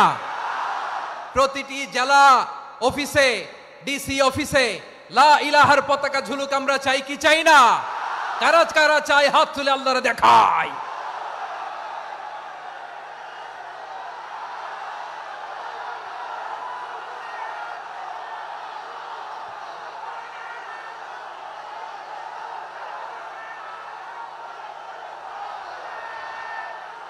মাশাআল্লাহ মাশাআল্লাহ মাশাআল্লাহ মাশাআল্লাহ। যশোর, আওয়াজ করে বলো, ভালো মানুষ না খারাপ মানুষ? বুঝে বলছো তো? মানুষ ভালো হলে যে কত ভালো। এই মানুষকে যত্ন নিলে, মানুষকে মানুষ বানালে যে সে কি হতে পারে শুনবা? হ্যাঁ, নাকি মোনাজাত দিয়ে দিব? শুনবা? তাহলে থামতে হবে। থামো, আমি যখন বলবো থামো থামো, তাকবীরের সময় দিলে তাকবীর। থামো থামো। মানুষকে যত্ন নিলে, এই এদিকে এদিকে, ড্রোন নামায় ফেলো। হয়েছে, ড্রোনের ফুটেজ হয়ে গেছে, এবার ড্রোন নামায় ফেলো। আমার দিকে তাকাও। মানুষকে, তোমরা এদিক সেদিক তাকালে তো গুরুত্বপূর্ণ পয়েন্ট মিস হয়ে যাবে। এদিকে এদিকে, হ্যাঁ মাস ঠিক আছে, এদিকে। মানুষকে যত্ন নিলে মানুষের মধ্যে যারা কি পটেনশিয়াল রেখেছে। আমি জাপানের দুইটা উদাহরণ দেই। জাপানের, এই এই এভাবে এভাবে হবে, হয় বসো নয় পেছনে, কথা নাই। কথা তো বলাই যাবে না, হারাম কথা বলা আজকে। একেবারে চুপ। আজকের জন্য হারাম করে দিছে আমি, এই কিছু সময়ের জন্য একেবারে নিষিদ্ধ। জাপানের দুইটা উদাহরণ দেই, খেয়াল করে একটু শুনেন, বুঝবেন। আল্লাহ, 2022 সালে জাপানের সাথে জার্মানির খেলা, ফিফা ওয়ার্ল্ড কাপ 2022। এক পক্ষে জাপান, আরেক পক্ষে কোন দেশ? কথা শোনে নাই। এক পক্ষে কোন দেশ, আরেক পক্ষে সবাই। এক পক্ষে, আরেক পক্ষে। ওই খেলায় জিতেছিল জাপান, জিতেছিল 22 সালের এই ফিফা ওয়ার্ল্ড কাপে জাপান ফুটবল খেলায় জিতে as a part of their celebration তারা খেলার পরে পুরো স্টেডিয়ামটারে ক্লিন করে, the fan base of Japan. Lakh lakh মানুষ খেলা দেখতে যায়, তো এত ডাস্টবিনও তো নাই, তো যারা ডাস্টবিনে জায়গা পায় নাই তারা এই যে চকলেটের প্যাকেট, পানির বোতল, চিপসের প্যাকেট তারা এদিকে সেদিকে রেখে দিয়েছে। জাপানের ভক্তরা, জাপানের ফলোয়াররা as a part of their celebration তারা খেলার পরে পুরো স্টেডিয়ামের সব ময়লা আবর্জনা ক্লিন করে তারপরে বিদায় নিয়েছে। তাদেরকে কি ক্লিন করার দায়িত্ব দেওয়া হয়েছিল? এই যশোর, জাপানের যে ছেলেরা খেলা দেখতে গেছিল ওদেরকে কি ক্লিন করার দায়িত্ব দিছিল? তারা কি স্টেডিয়ামের পরিচ্ছন্নতা কর্মী? তাদের আকল, তাদের সিক্স সেন্স তাদেরকে বলেছে। ছোটবেলা থেকে জাপান গভর্নমেন্ট ওদেরকে এত পরিচ্ছন্নতা শেখায়, ক্লিনলিনেস অ্যাওয়ারনেস ক্যাম্পেইন করায়। ক্লাসে আমি দেখেছি, ক্লাসে নিজের বেঞ্চ নিজে মুছে, ক্লাসের মাঝখানে একটা সময় দেয়, নিজের টেবিল নিজে মুছে, নিজের ক্লাসরুমটা নিজে পরিষ্কার করে। রাস্তাঘাটে একটা ধুলা নাই, ময়লা নাই, একটা টিস্যু নাই। খেলার পরে গোটা বিশ্বকে তাক লাগিয়ে দিয়েছে। জাপানের ফ্যানরা সবার রেখে যাওয়া গার্বেজ, টিস্যু, বোতল পরিষ্কার করে তারপরে স্টেডিয়াম থেকে বিদায় নিয়েছে। আমরা কেন এমন হইতে পারলাম না? আমরা কেন এমন হইতে পারলাম না? জাপানের যারা এগুলো করছে ওদের 3টা করে চোখ না? চোখ তো 3টা, জাপানো লাগো। জাপানো লাগো হাত তো 4টা, কান তো 6টা। হ্যাঁ, নাকি আমার মতো 2 হাত 2 কানওয়ালা মানুষ? চোখে দেখলে ওটা মানুষ না। চিন্তা করছেন?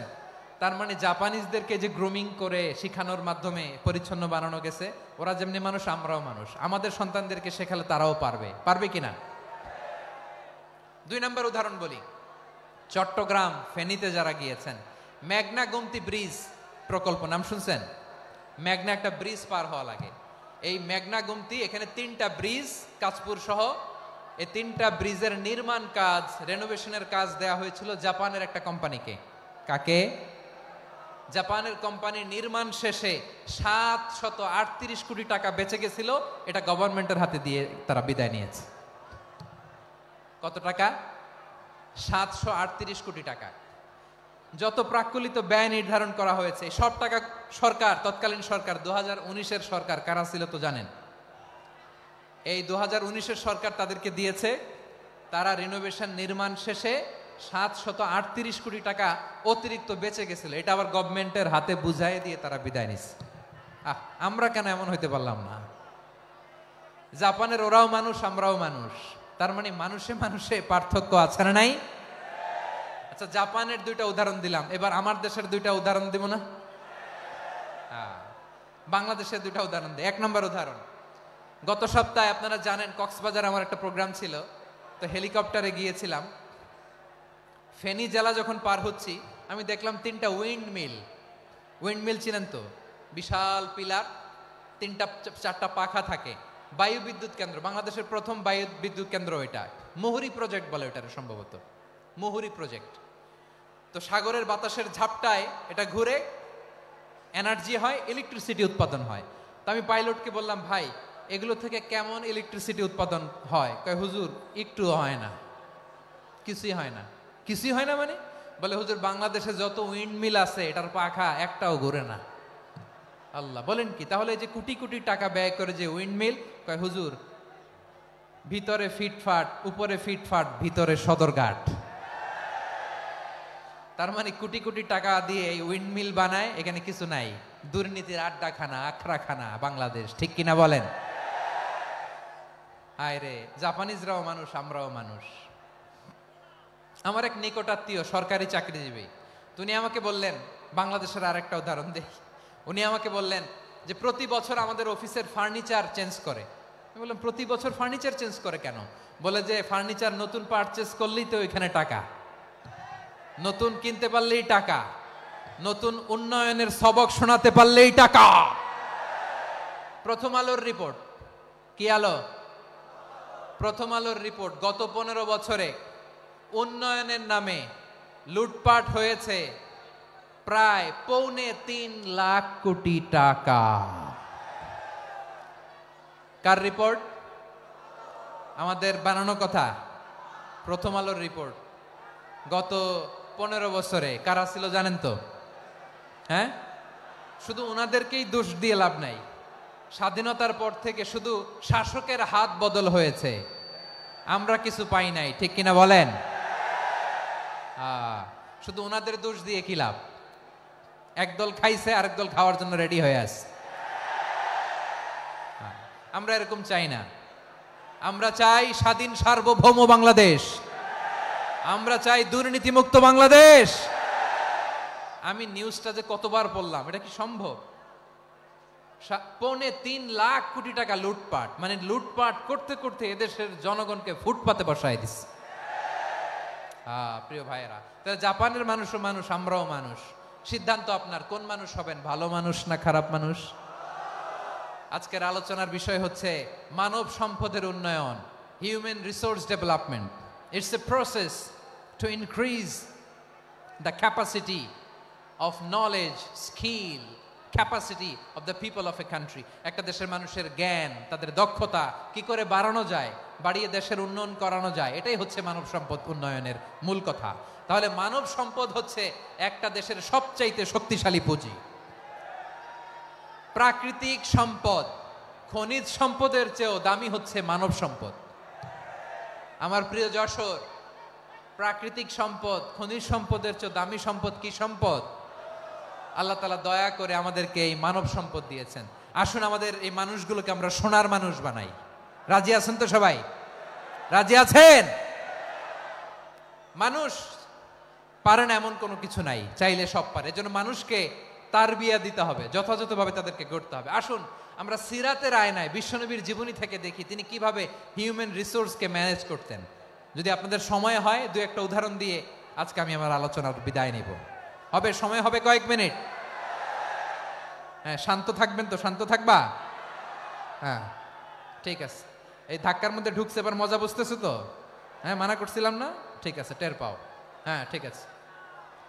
যে আওয়াজ করবে আমি ওকে দেখতেছি, কে কে আওয়াজ করে দেখতেছি। শেষ কথা, শেষের দিকে চলে আসছি। বিষ্ণু ইসলাম কিভাবে হিউম্যান রিসোর্সকে ম্যানেজ করতেন, মজার কথা আছে কয়েকটা, বলে বিদায় নিব। বিশ্বনবী কিভাবে এই মানব সম্পদকে ম্যানেজ করতেন। বিশ্বনবী, he was a very good talent hunter, চৌকস ট্যালেন্ট হান্টার ছিল।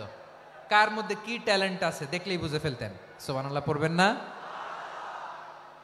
কি নবী আমরা পেয়েছি! He was a very good talent hunter. আমার নবী, তিনি চৌকস ট্যালেন্ট হান্টার ছিলেন। কার মধ্যে কি প্রতিভা বের করতেন, ওই প্রতিভাকে ইসলামের কল্যাণে কাজে লাগাতেন। সুবহানাল্লাহ বলেন। যাকে যেই জায়গায় সেট করলে ভালো হবে তাকে ওই জায়গায় সেট করতেন। কয়েকজন সাহাবীর জীবনী শোনাই। আবু মাহজুরা রাদিয়াল্লাহু তাআলা আনহু, মক্কার মুয়াজ্জিন, আগে ছিল মুশরিক, পরে হয়েছে মুমিন। উনি কিভাবে মুমিন হইলেন এই ঘটনাটা একটু আপনাদের শোনাতে চাই। তা আপনাদের তো সময় নাই হাতে। হ্যাঁ, সময় আছে? এই জেনজি শেষ করে দিল আজকের প্রোগ্রামটা। 1 ঘন্টা ধাক্কা ধাক্কি করে কেমনে দাঁড়ায় আছে আমি বুঝলাম না।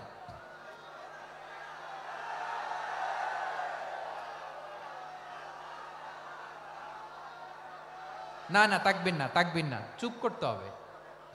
What I need, you stop. Just shut up. চুপ। হ্যাঁ, ঠিক আছে, এভাবে। আবু মাহজুরা রাদিয়াল্লাহু তাআলা আনহু কিভাবে মুসলিম হলেন, আওয়াজ করে শুনেন। হুনাইনের যুদ্ধ, 8ম হিজরি। বিষ্ণু ইসলাম হুনাইনের যুদ্ধ শেষে ফিরতেছেন, পথিমধ্যে বেলাল রাদিয়াল্লাহু তাআলা আনহু, এই যে আবার কথা, আই রে আল্লাহ রে, এখানে ধাক্কা থাকি কেন? চলে যাও, পেছনে যাও, যাও পেছনে যাও। কি আজীব তামাশা! যেখানে যায় এখানে ধাক্কা ধাক্কি, মারামারি, গায়ের উপরে, কাঁধের উপরে, শাউটিং। অনেক গুরুত্বপূর্ণ কথা পয়েন্ট করে নিয়ে আসে যে বলবো, এই শাউট করার কারণে প্রোগ্রামটাই নষ্ট করে দেয়। আসছে আমার ভালোবাসা দেখাইতে, প্রোগ্রামটাই শেষ করে দিয়ে চলে যায়। স্টপ। আবার কথা বলে স্টপ। হুনাইনের যুদ্ধে 8ম হিজরি, কত হিজরি সবাই বলেন না একটু, কত হিজরি? 8ম হিজরিতে হুনাইনের যুদ্ধে রাসূল সাল্লাল্লাহু আলাইহি ওয়াসাল্লাম ফিরে আসতেছেন মদিনায়। পথিমধ্যে বেলাল রাদিয়াল্লাহু তাআলা আনহু আজান দিচ্ছেন। কি দিচ্ছেন? তো পাশে ছিল মুশরিকদের একটা পল্লী, কিছু মুশরিক তরুণ, কিছু অমুসলিম কিশোর, তারা আজানকে ব্যঙ্গ করতেছে। আমাদের বাংলায় মুখ ভেঙ্গানো বলে আর কি। বেলাল রাদিয়াল্লাহু তাআলা আনহু আজান দিচ্ছেন, ওই বাচ্চাগুলো মুশরিক, তো ওরা আজানকে ব্যঙ্গ করতেছে, বিকৃতি করে ওরাও আজান দিচ্ছে। উদ্দেশ্য হচ্ছে আজানকে নিয়ে ঠাট্টা করা। উদ্দেশ্য কি? ঠাট্টা করা। ব্যাপারটা মনে কষ্ট পাওয়ার মতো ব্যাপার না? কিন্তু বিশ্বনবী ওইখানে দেখেন কি খুঁজলেন। বিশ্বনবী খেয়াল করলেন অমুসলিম কিশোরদের মধ্য থেকে একটা কিশোরের গলাটা বড় দরাজ গলা, কণ্ঠটা বড় সুন্দর। খেয়াল করে দেখলেন যে কিছু কিশোর বেলালের আজানকে ব্যঙ্গ করে, বিকৃতি করে, কিন্তু একজনের কণ্ঠ দেখতে পাচ্ছেন না এত দূরে, কিন্তু কণ্ঠটা বড় সুন্দর, দরাজ গলা। বিশ্বনবী সাহাবীদেরকে বললেন, ধরো এগুলারে, ধরো। সবগুলারে ধরে বিশ্বনবীর সামনে আনা হলো। ওরা হাঁটু গেড়ে বসলো। বিশ্বনবী বললেন, তোমাদের মধ্যে কে যেন ব্যঙ্গ করে আজান দিচ্ছিল, তার গলাটা বড় উঁচু, গলার বেসটা বড় মজবুত, মেলোডিয়াস, সুমধুর কণ্ঠ। কে? আবু মাহজুরা বলে, আমার বন্ধুরা সবাই আমার দিকে আঙ্গুল দেখায়, আমি পড়ে গেছি বিপদে। রাসূল সাল্লাল্লাহু আলাইহি ওয়াসাল্লাম বাকি অমুসলিম তরুণদেরকে ছেড়ে দিলেন, বললেন তোমরা যাও। এবার আবু মাহজুরারে পাইছে। আবু মাহজুরার চুলের মধ্যে হাত দিলেন বিশ্বনবী, মাথায় হাত দিয়ে বললেন, এবার আজান দাও দেখি। আবু মাহজুরা বলে, আমি তো আজান দিতে জানি না, কারণ আমি তো বেলালেরটা শুইনা দিছি, আমার তো মুখস্থ নাই, আমি তো আজান দিতে জানি না। বিশ্বনবী বললেন, জানো না? তাহলে আসো, আমি তোমারে শিখাই দেই। সুবহানাল্লাহ পড়ে। আবু মাহজুরা হাঁটু গেড়ে বসে, বিশ্বনবীর মোবারক হাত আবু মাহজুরার চুলের মধ্যে। বিশ্বনবী আজানের মুআল্লিম আবু মাহজুরাকে বলতেছে, ঠিক আছে তোমারে শিখাই দিচ্ছি, আমি যা যা বলবো আমার সাথে সাথে বলো, পারবা? আবু মাহজুরা বলে, পারবো। বিশ্বনবী আজান দিচ্ছেন, মাথায় হাত দিয়ে, আল্লাহু আকবার, আল্লাহু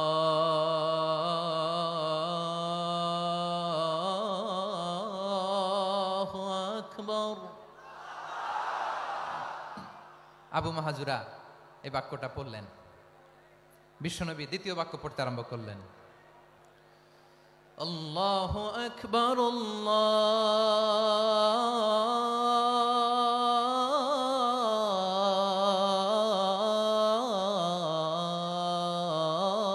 আল্লাহু আকবার। আবু মাহজুরা এই বাক্যটা বললেন। বিশ্বনবী আবু মাহজুরার মাথার মধ্যে হাত দিয়ে তৃতীয় বাক্য বললেন,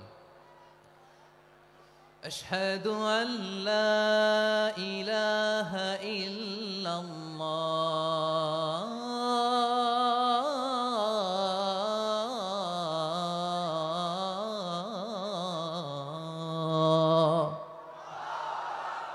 আবু মাহজুরা তৃতীয় বাক্য পড়লেন। বিশ্বনবী একটা বাক্য পরে আবু মাহজুরা পরে, বিশ্বনবী পরে আবু মাহজুরা পরে। আবু মাহজুরা কিন্তু অমুসলিম, মুশরিক। আবু মাহজুরা বলে, এক একটা বাক্য পড়ি আমার কলিজাটা গলে ঠান্ডা হয়ে যায়। এতদিন মোহাম্মদকে গালি দিতাম, এখন মোহাম্মদ আমার মাথায় যখন হাত রাখছে আমার সারা শরীর ঠান্ডা হয়ে গেছে। বিশ্বনবী আজান শিখাচ্ছেন, একটা একটা বাক্য পড়ে আবু মাহজুরাও পড়ে, বিশ্বনবী পড়ে আবু মাহজুরাও পড়ে। পুরো বাক্যগুলো যখন শেষ, আজান শেষ, আবু মাহজুরাও যখন পুরো আজান পড়লেন, আবু মাহজুরা বললেন, এতদিন মোহাম্মদের চেহারা দেখলে আমার ঘৃণা লাগতো, আজ থেকে মোহাম্মদের চেহারার চেয়ে প্রিয় চেহারা আমার কাছে নাই। আবু মাহজুরা বললেন, ও মুহাম্মদ, আজানের বাক্য তো আপনি আমারে শেখালেন, এখানেই শেষ করবেন না, আপনি আমারে পড়ায় দেন, লা ইলাহা ইল্লাল্লাহু মুহাম্মাদুর রাসূলুল্লাহ সাল্লাল্লাহু আলাইহি ওয়াসাল্লাম। বিশ্বনবীর সাথে দাঁড়িয়ে উনি শাহাদা পড়ে মুসলমান হয়ে গেলেন। এবার আবু মাহজুরা বলে, ইয়া রাসূলুল্লাহ, ইয়া হাবিবাল্লাহ, আমি মুমিন হয়েছি, মুসলমান হয়েছি। আপনার কাছ থেকে আজান শিখার সৌভাগ্য আমি লাভ করেছি গো নবী। আমার কণ্ঠের বড় তারিফ করেছেন আপনি, আমার আজানকে আপনি পছন্দ করেছেন। একটা জিনিস আপনার কাছে চাই, আপনি আমাকে মক্কার মসজিদুল হারামের মুয়াজ্জিন হিসেবে অ্যাপয়েন্ট করে দেন। বিষ্ণু ইসা ইসলাম বললেন, যাও আবু মাহজুরা, আমি তোমাকে পৃথিবীর শ্রেষ্ঠতম মসজিদ মক্কার মসজিদুল হারামের মুয়াজ্জিন হিসেবে অ্যাপয়েন্ট করে দিলাম। দেখছেন কিভাবে ট্যালেন্ট হান্টিং করতে হয়, কিভাবে হিউম্যান রিসোর্স মানব সম্পদকে ব্যবহার করতে হয়। আসছিল আজানকে ভেঙ্গাইতে, আসছিল কেন? আজানকে ব্যঙ্গ করার জন্য, বিকৃত করার জন্য। আজানকে বিকৃত করতে যে ইসলামের সবচেয়ে শ্রেষ্ঠ মসজিদের মুয়াজ্জিন হয়ে গেল। পড়েন সুবহানাল্লাহ। হযরত আবু মাহজুরা রাদিয়াল্লাহু তাআলা আনহু ওনার এই সুললিত কণ্ঠ ব্যবহার করে মসজিদুল হারামে এত সুন্দর করে আল্লাহু আকবার বলে আজান দিতেন, মানুষগুলোর, মুসল্লিগুলোর, মক্কাবাসীর হৃদয়কে তিনি বিগলিত করে দিতেন। মানুষের হৃদয়কে ঠান্ডা হয়ে যেত। শুধু এখানেই শেষ না আমার যশোরের ভাইয়েরা। বিশ্বনবী যখন সাইয়েদনা আবু মাহজুরা রাদিয়াল্লাহু তাআলা আনহুকে আজান শিখাচ্ছিলেন, বলেন তো বিশ্বনবীর হাতটা কোথায় ছিল? আবু মাহজুরার মাথার সামনে, এই চুলের উপরে ছিল। আবু মাহজুরা ওই স্মৃতিটাকে ধারণ করবার জন্য, ওই স্মৃতিকে বহন করার জন্য বিশ্বনবীর মোবারক হাত আবু মাহজুরার কপালের চুলের যেই জায়গায় লেগেছে, মৃত্যুর আগের দিন পর্যন্ত আবু মাহজুরা মাথার ওই চুলে কোনোদিন ছুরি আর কামার লাগায় নাই, সেখানে কেচি লাগায় নাই, চুলের মধ্যে খুর লাগায় নাই। আবু মাহজুরা ডান দিকের চুল কাটতো, বাম দিকের চুল কাটতো, পেছনের চুল কাটতো, সামনের চুল কাটতো না। আবু মাহজুরা রাদিয়াল্লাহু তাআলা আনহুর সামনের চুলগুলো বড় হতে হতে যখন এত বড় হয়ে যায়, তিনি চুলগুলো পেঁচিয়ে মাথার মধ্যে রাখতেন। তারপরে তিনি পাগড়ি পরতেন। সবাই জিজ্ঞেস করতো, আবু মাহজুরা এটা আবার কেমন স্টাইল? দেখতে তোমার কি বিদঘুটে লাগে? কেমন অড লাগে? কেমন খারাপ দেখা যায়? মক্কায় এমন কোন মানুষ তো দেখি নাই, ডানে চুল কাটে, বায়ে চুল কাটে, পেছনে চুল কাটে, সামনে কাটে না। ওরে আবু মাহজুরা, কেমন দেখা যায় তোমারে? তুমি সামনের চুল কাটো না কেন? আবু মাহজুরা বলে, আমি হাঁটু গেড়ে পেয়ারা নবীর সামনে বসেছিলাম, আমার এই মাথার চুলের মধ্যে মুবারক হাত লাগিয়ে বিশ্বনবী নিজে আমাকে আজানের প্রতিটা বাক্য শিক্ষা দিয়েছেন। বিশ্বনবীর মোবারক হাত, পবিত্র হাত আমার মাথার চুলের যেই জায়গায় লেগেছে, আমি চাই ওই চুলগুলা নিয়ে আমি আমার কবরের ভিতরে যাব। সাইয়েদনা আবু মাহজুরা রাদিয়াল্লাহু তাআলা আনহু ইন্তেকালের আগের পর্যন্ত মাথার সামনের চুলগুলা কাটে নাই। মাথার সামনের চুল তিনি কাটেন নাই। সুবহানাল্লাহি বিহামদি। কেমন ভালোবাসতেন বিশ্বনবী সাহাবীদেরকে, সাহাবারা কেমন ভালোবাসতেন বিশ্বনবীকে। সামনের চুলগুলো বড় হতে হতে এত বড় ছিল, পেঁচিয়ে রেখে পাগড়ি পরতেন, কাটতেন না। নবীর হাত লেগেছিল। সুবহানাল্লাহ পড়েন। তাহলে what is the lesson? Moral of the story কি? মোরাল অফ দ্য স্টোরি হচ্ছে, আসছিল আজানকে ব্যঙ্গ করার জন্য, বিকৃত করার জন্য, হয়ে গেল মসজিদুল হারামের মুয়াজ্জিন। দেখেন বিশ্বনবী একটা খারাপ সিচুয়েশনের মধ্যে থেকে কি ভালো জিনিস বের করে আনলেন। আমি যে শুরুতে বলেছি কিভাবে তিনি হিউম্যান রিসোর্সকে ডেভেলপ করেছেন, ম্যানেজ করেছেন। তিনি যে চৌকস ট্যালেন্ট হান্টার ছিল, দেখেন সবার মধ্যে থেকে এর বাছাই করে মুয়াজ্জিন বানাই দিয়েছেন। সুবহানাল্লাহ পড়েন। তার মানে এই না সবাইরে ধরে ধরে উনি মুয়াজ্জিন বানাইছেন। যার যেই ট্যালেন্ট আছে তাকে ওই কাজে অ্যাসাইন করেছেন। যার যেই প্রতিভা আছে তার প্রতিভাকে ইসলামের কাজে লাগিয়েছেন। সুবহানাল্লাহ পড়েন। যায়েদ বিন সাবিত রাদিয়াল্লাহু তাআলা আনহু নাম শুনেছেন? যশোর কথা বেরোয় না। যদি জিজ্ঞাসা সালমান খানের নাম শুনছেন, সবাই হাত তুলবে, জি হুজুর শুনছি, মানে সব দেখা শেষ। সালমান খান, আমির খান, অমুক খান, সব খান মুখস্থ, কিন্তু যায়েদ বিন সাবিতের নাম মুখস্থ নাই মুসলমানদের। যেই সাহাবী মাথার সামনের চুল কাটে নাই, মসজিদুল হারামের মুয়াজ্জিন বানাইছেন বিশ্বনবী, ওই সাহাবীর নাম কি? খায়া ফেলাইস, স্লোগানের সাথে খায়া ফেলাইস। আবু মাহজুরা। কি নাম? আবু মাহজুরা আল জুমাহি রাদিয়াল্লাহু তাআলা আনহু। এই নামটা আজকে নিয়ে যাইতে হবে যশোর। আবু মাহজুরা রাদিয়াল্লাহু তাআলা আনহু। 2 নম্বরে বলছিলাম যায়েদ বিন সাবিত রাদিয়াল্লাহু তাআলা আনহু। বিশ্বনবী দেখলেন মদিনার এই আনসারী সাহাবী হাইলি ট্যালেন্টেড, ইন্টেলেকচুয়াল, মেরিটোরিয়াস, জ্ঞানের প্রতি তার আকর্ষণ, মারাত্মক আকর্ষণ। বিশ্বনবী তাকে দায়িত্ব দিলেন, কোরআন যা নাজিল হয় তুমি লিখো, কাতিবুল ওয়াহি বানায় দিলেন। সুবহানাল্লাহ। যায়েদ বিন সাবিতরে আবার আজান শিখান নাই, কারণ তার মধ্যে বিশ্বনবী প্রতিভা দেখেছেন, একাডেমিক প্রতিভা। বিশ্বনবীর একাডেমিক প্রজেক্টগুলো তিনি হ্যান্ডেল করতেন। যায়েদ বিন সাবিত ছিল বিশ্বনবীর ব্যক্তিগত সচিব। কি ছিল? ব্যক্তিগত সচিব। বোঝেন নাই? বিশ্বনবীর ব্যক্তিগত সচিব এবং দোভাষী। ইহুদিরা কিছু লিখে দিলে এটার অর্থ বিশ্বনবীরে বুঝায় দিতেন, আবার ইহুদিদের কাছে কিছু লিখতে হলে তিনি লিখে দিতেন। বিশ্বনবী একদিন বললেন, ইন্নী ওয়াল্লাহি মা আমানু ইয়াহুদা আলা কিতাব।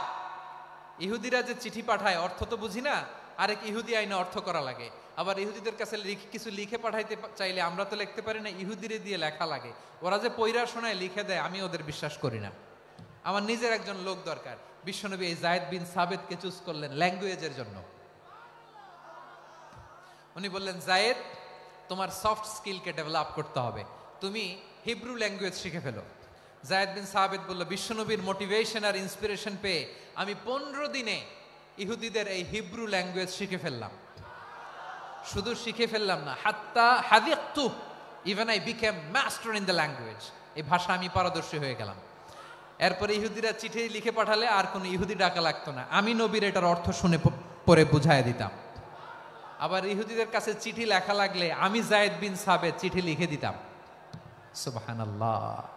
দেখেন, এত সাহাবীর মধ্য থেকে বিশ্বনবীর একাডেমিক প্রজেক্ট, ব্যক্তিগত সচিব, দোভাষী হিসেবে তিনি যায়েদ বিন সাবিতের মতো তরুণকে নির্বাচিত করেছেন। কেমন ট্যালেন্ট হান্টার ছিল আমার নবী। সুবহানাল্লাহ পড়বেন না? বিশ্বনবীর ইন্তেকালের পরে সাইয়েদনা আবু বকর রাদিয়াল্লাহু তাআলা আনহু যখন খলিফা হয়ে আসলেন, কোরআনকে সংকলনের দায়িত্ব দেয়া লাগবে, কোন সাহাবীকে দিবেন? সব সাহাবারা মিলে পরামর্শ করলেন। সাইয়েদনা আবু বকর, ওমর সবাই মিলে এই বিশাল কোরআন সংকলনের গুরু দায়িত্ব বিশ্বনবীর ব্যক্তিগত সচিব, বিশ্বনবীর দোভাষী, বিশ্বনবীর সিলেক্ট করাই লোক যায়েদ ইবনে সাবিত রাদিয়াল্লাহু তাআলা আনহুকে দিয়েছে। কোরআনের কপি তো আজকে এখানে রাখে নাই। এই যে আজকের যে কোরআন পড়েন, এটা আগে এরকম ছিল না। কোরআন নাজিল হলে সাহাবারা চামড়ার, ওটের চামড়ায় লিখে ফেলতো, ওটের চ্যাপ্টা হাড্ডির মধ্যে লিখে ফেলতো, গাছের গুড়ির মধ্যে লিখে ফেলতো, বিভিন্ন জনের কাছে ছড়ানো ছিটানো ছিল। আবু বকর রাদিয়াল্লাহু তাআলা আনহু একসাথে করলেন, পরবর্তীতে উসমান রাদিয়াল্লাহু তাআলা আনহু একসাথে করলেন 114 সূরার। এখন এই মুসহাফ, এই কম্পাইলেশন, এই কপি আমরা পেয়েছি, যার হিউজ কন্ট্রিবিউশন ছিল। এই পুরো কোরআন কম্পাইলেশনের প্রজেক্ট ম্যানেজার ছিল যায়েদ বিন সাবিত রাদিয়াল্লাহু তাআলা আনহু। কোরআন কম্পাইলেশনের প্রজেক্ট ম্যানেজার। দেখেন, উনারে মাথায় হাত দিয়ে আজান শিখায় নাই। সুবহানাল্লাহ কইবেন না? তাহলে প্রথম সাহাবী আবু মাহজুরাকে মুয়াজ্জিন বানাইলেন, যায়েদ বিন সাবিতকে ব্যক্তিগত সচিব আর দোভাষী বানালেন, মুসআব ইবনে উমাইর রাদিয়াল্লাহু তাআলা আনহুকে ইসলামের প্রথম অ্যাম্বাসেডর বানালেন। তাহলে তৃতীয় নাম্বার একজন সাহাবীর নাম বলছি, মুসআব ইবনে উমাইর। মুসআব কি নাম? নামটা কেমন লাগে? এই কয়েকজনের ভাল লাগে, বাকিদের ভাল লাগে না? ভাল লাগে? এই আর কয়েকটা মিনিট দেওয়া যাবে না আমাকে আল্লাহর রাস্তে? হ্যাঁ, ঠিক আছে। আমি তোমাদেরকে ভালোবাসা দেখাবো, দোয়া করব, যদি চুপ থাকো, একেবারে চুপ, কষ্ট সহ্য করো। বাকিরা যা সওয়াব পাবে তোমরা ডবল পাবা, যেহেতু কষ্ট বেশি, কিন্তু চুপ। 3 নম্বর সাহাবীর নাম মুসআব। এই ধাক্কাধাক্কি কেন? ধাক্কাধাক্কি কেন রে ভাই? না না না, এরকম হইলে আসবো না যশোর, আমি আর আসবো না। হয় পিছনে চলে যাও, নাহলে চুপ, ধাক্কাধাক্কি নাই। 3 নম্বর সাহাবীর নাম মুসআব। কি নাম? He was the first ambassador in Islam. ইসলামের প্রথম ডিপ্লোমাট, প্রথম কূটনৈতিক, ইসলামের প্রথম কূটনৈতিক, ইসলামের প্রথম ডিপ্লোমাট, প্রথম অ্যাম্বাসেডর মুসআব ইবনে উমাইর। মক্কার তরুণ যুবক, উনি পারফিউম লাগাইলে মানুষ দেখলেই বুঝতো এটা মুসআব লাগাইছে। এমন ড্যাশিং ফেসের ছিল, এমন স্মার্ট ড্যাশিং ফেস, এমন পার্সোনালিটির মানুষ ছিল মুসআব রাদিয়াল্লাহু তাআলা আনহু। কারণ যিনি ইসলামের স্পোকম্যান হবেন, মুখপাত্র হবেন, তার স্মার্ট হওয়ার দরকার আছে না নাই? আকাবার প্রথম শপথ যখন হলো, তাদের সাথে বিষ্ণু ঈসা ইসলাম মদিনাতে একজন মুখপাত্র পাঠালেন, ডিপ্লোম্যাটকে পাঠালেন, অ্যাম্বাসেডর অফ ইসলাম। তিনি হচ্ছেন মুসআব ইবনে উমাইর। পড়েন সুবহানাল্লাহ। বিশ্বনবী দেখলেন সে অনেক স্মার্ট, তার ডেডিকেশন আছে, সিনসিয়ারিটি আছে, এবং মদিনায় যে আউস খাজরাজ গোত্রের নেতাদের সাথে ডিল করতে হবে, ইহুদিদের সাথে ডিল করতে হবে, ওখানে একজন পাক্কা জানু খেলোয়াড়ের দরকার আছে না নাই? মুসআব ইবনে উমাইর রাদিয়াল্লাহু তাআলা আনহু, ওনাকে বিষ্ণু ঈসা ইসলাম চুজ করলেন। এবং বিষ্ণু ঈসা ইসলামের এই চুজিংটা, এই সিলেকশনটা এত সুন্দর ছিল, তিনি মদিনাতে যে বিশ্বনবী আসার আগেই মদিনার জমিনকে তিনি উর্বর করে ফেলছেন। প্রতিটা ঘরে ঘরে কালিমার দাওয়াত তিনি পৌঁছায় দিচ্ছেন।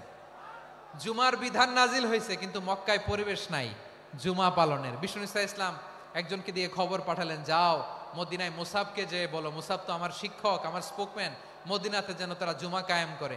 বিশ্বনবীর আগেই মুসআব মদিনার মুসলিমদেরকে নিয়ে মদিনায় প্রথম জুমা কায়েম করে ফেলছে। কোন সুবহানাল্লাহ। ডিপ্লোম্যাটদের কেমন হইতে হয়, অ্যাম্বাসেডারের কেমন হইতে হয়, মুসআব রাদিয়াল্লাহু তাআলা আনহুর কাছ থেকে শিখে নাও। মুসআব নামটা কেমন লাগে? যশোর যাদের সন্তান হবে, ছেলে সন্তান, আমার রাস্তায় পাইলি সবাই জিজ্ঞেস করে, হুজুর একটা নাম দেন, আমার ছেলে হবে। যশোরবাসীর জন্য আমি একটা নাম দিয়ে দিলাম, নাম রাখতে হবে মুসআব। কি নাম? নামটা যাদের ভাল লাগে, ছেলে সন্তান অনাগত আসবে, মনে চাইলে নাম রেখে দিবেন মুসআব রাদিয়াল্লাহু তাআলা আনহুর নামে মুসআব। তাহলে মুসআব রাদিয়াল্লাহু তাআলা আনহুকে বিশ্বনবী ল্যাঙ্গুয়েজ শিখান নাই, সফট স্কিল শিখান নাই।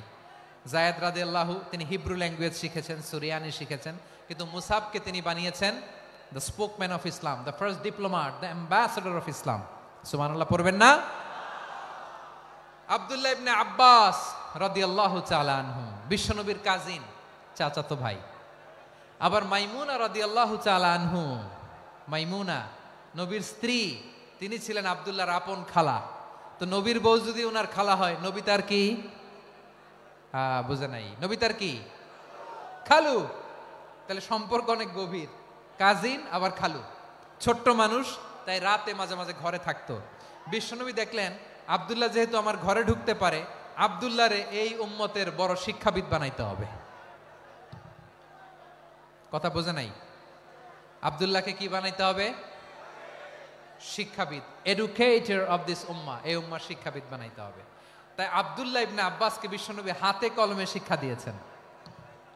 আহারে, আর এরপরে যে কি ভাষা আসবে তোমাদের জন্য আমার মুখ থেকে আমি নিজেও জানি না। 1 ঘন্টা যাবত ধাক্কা ধাক্কি মারামারি। তো আসতে বলছে কে তোমাকে? পেছনে চলে যাও, জায়গা না পেলে। পুরো প্রোগ্রামটাই নষ্ট করে দিল।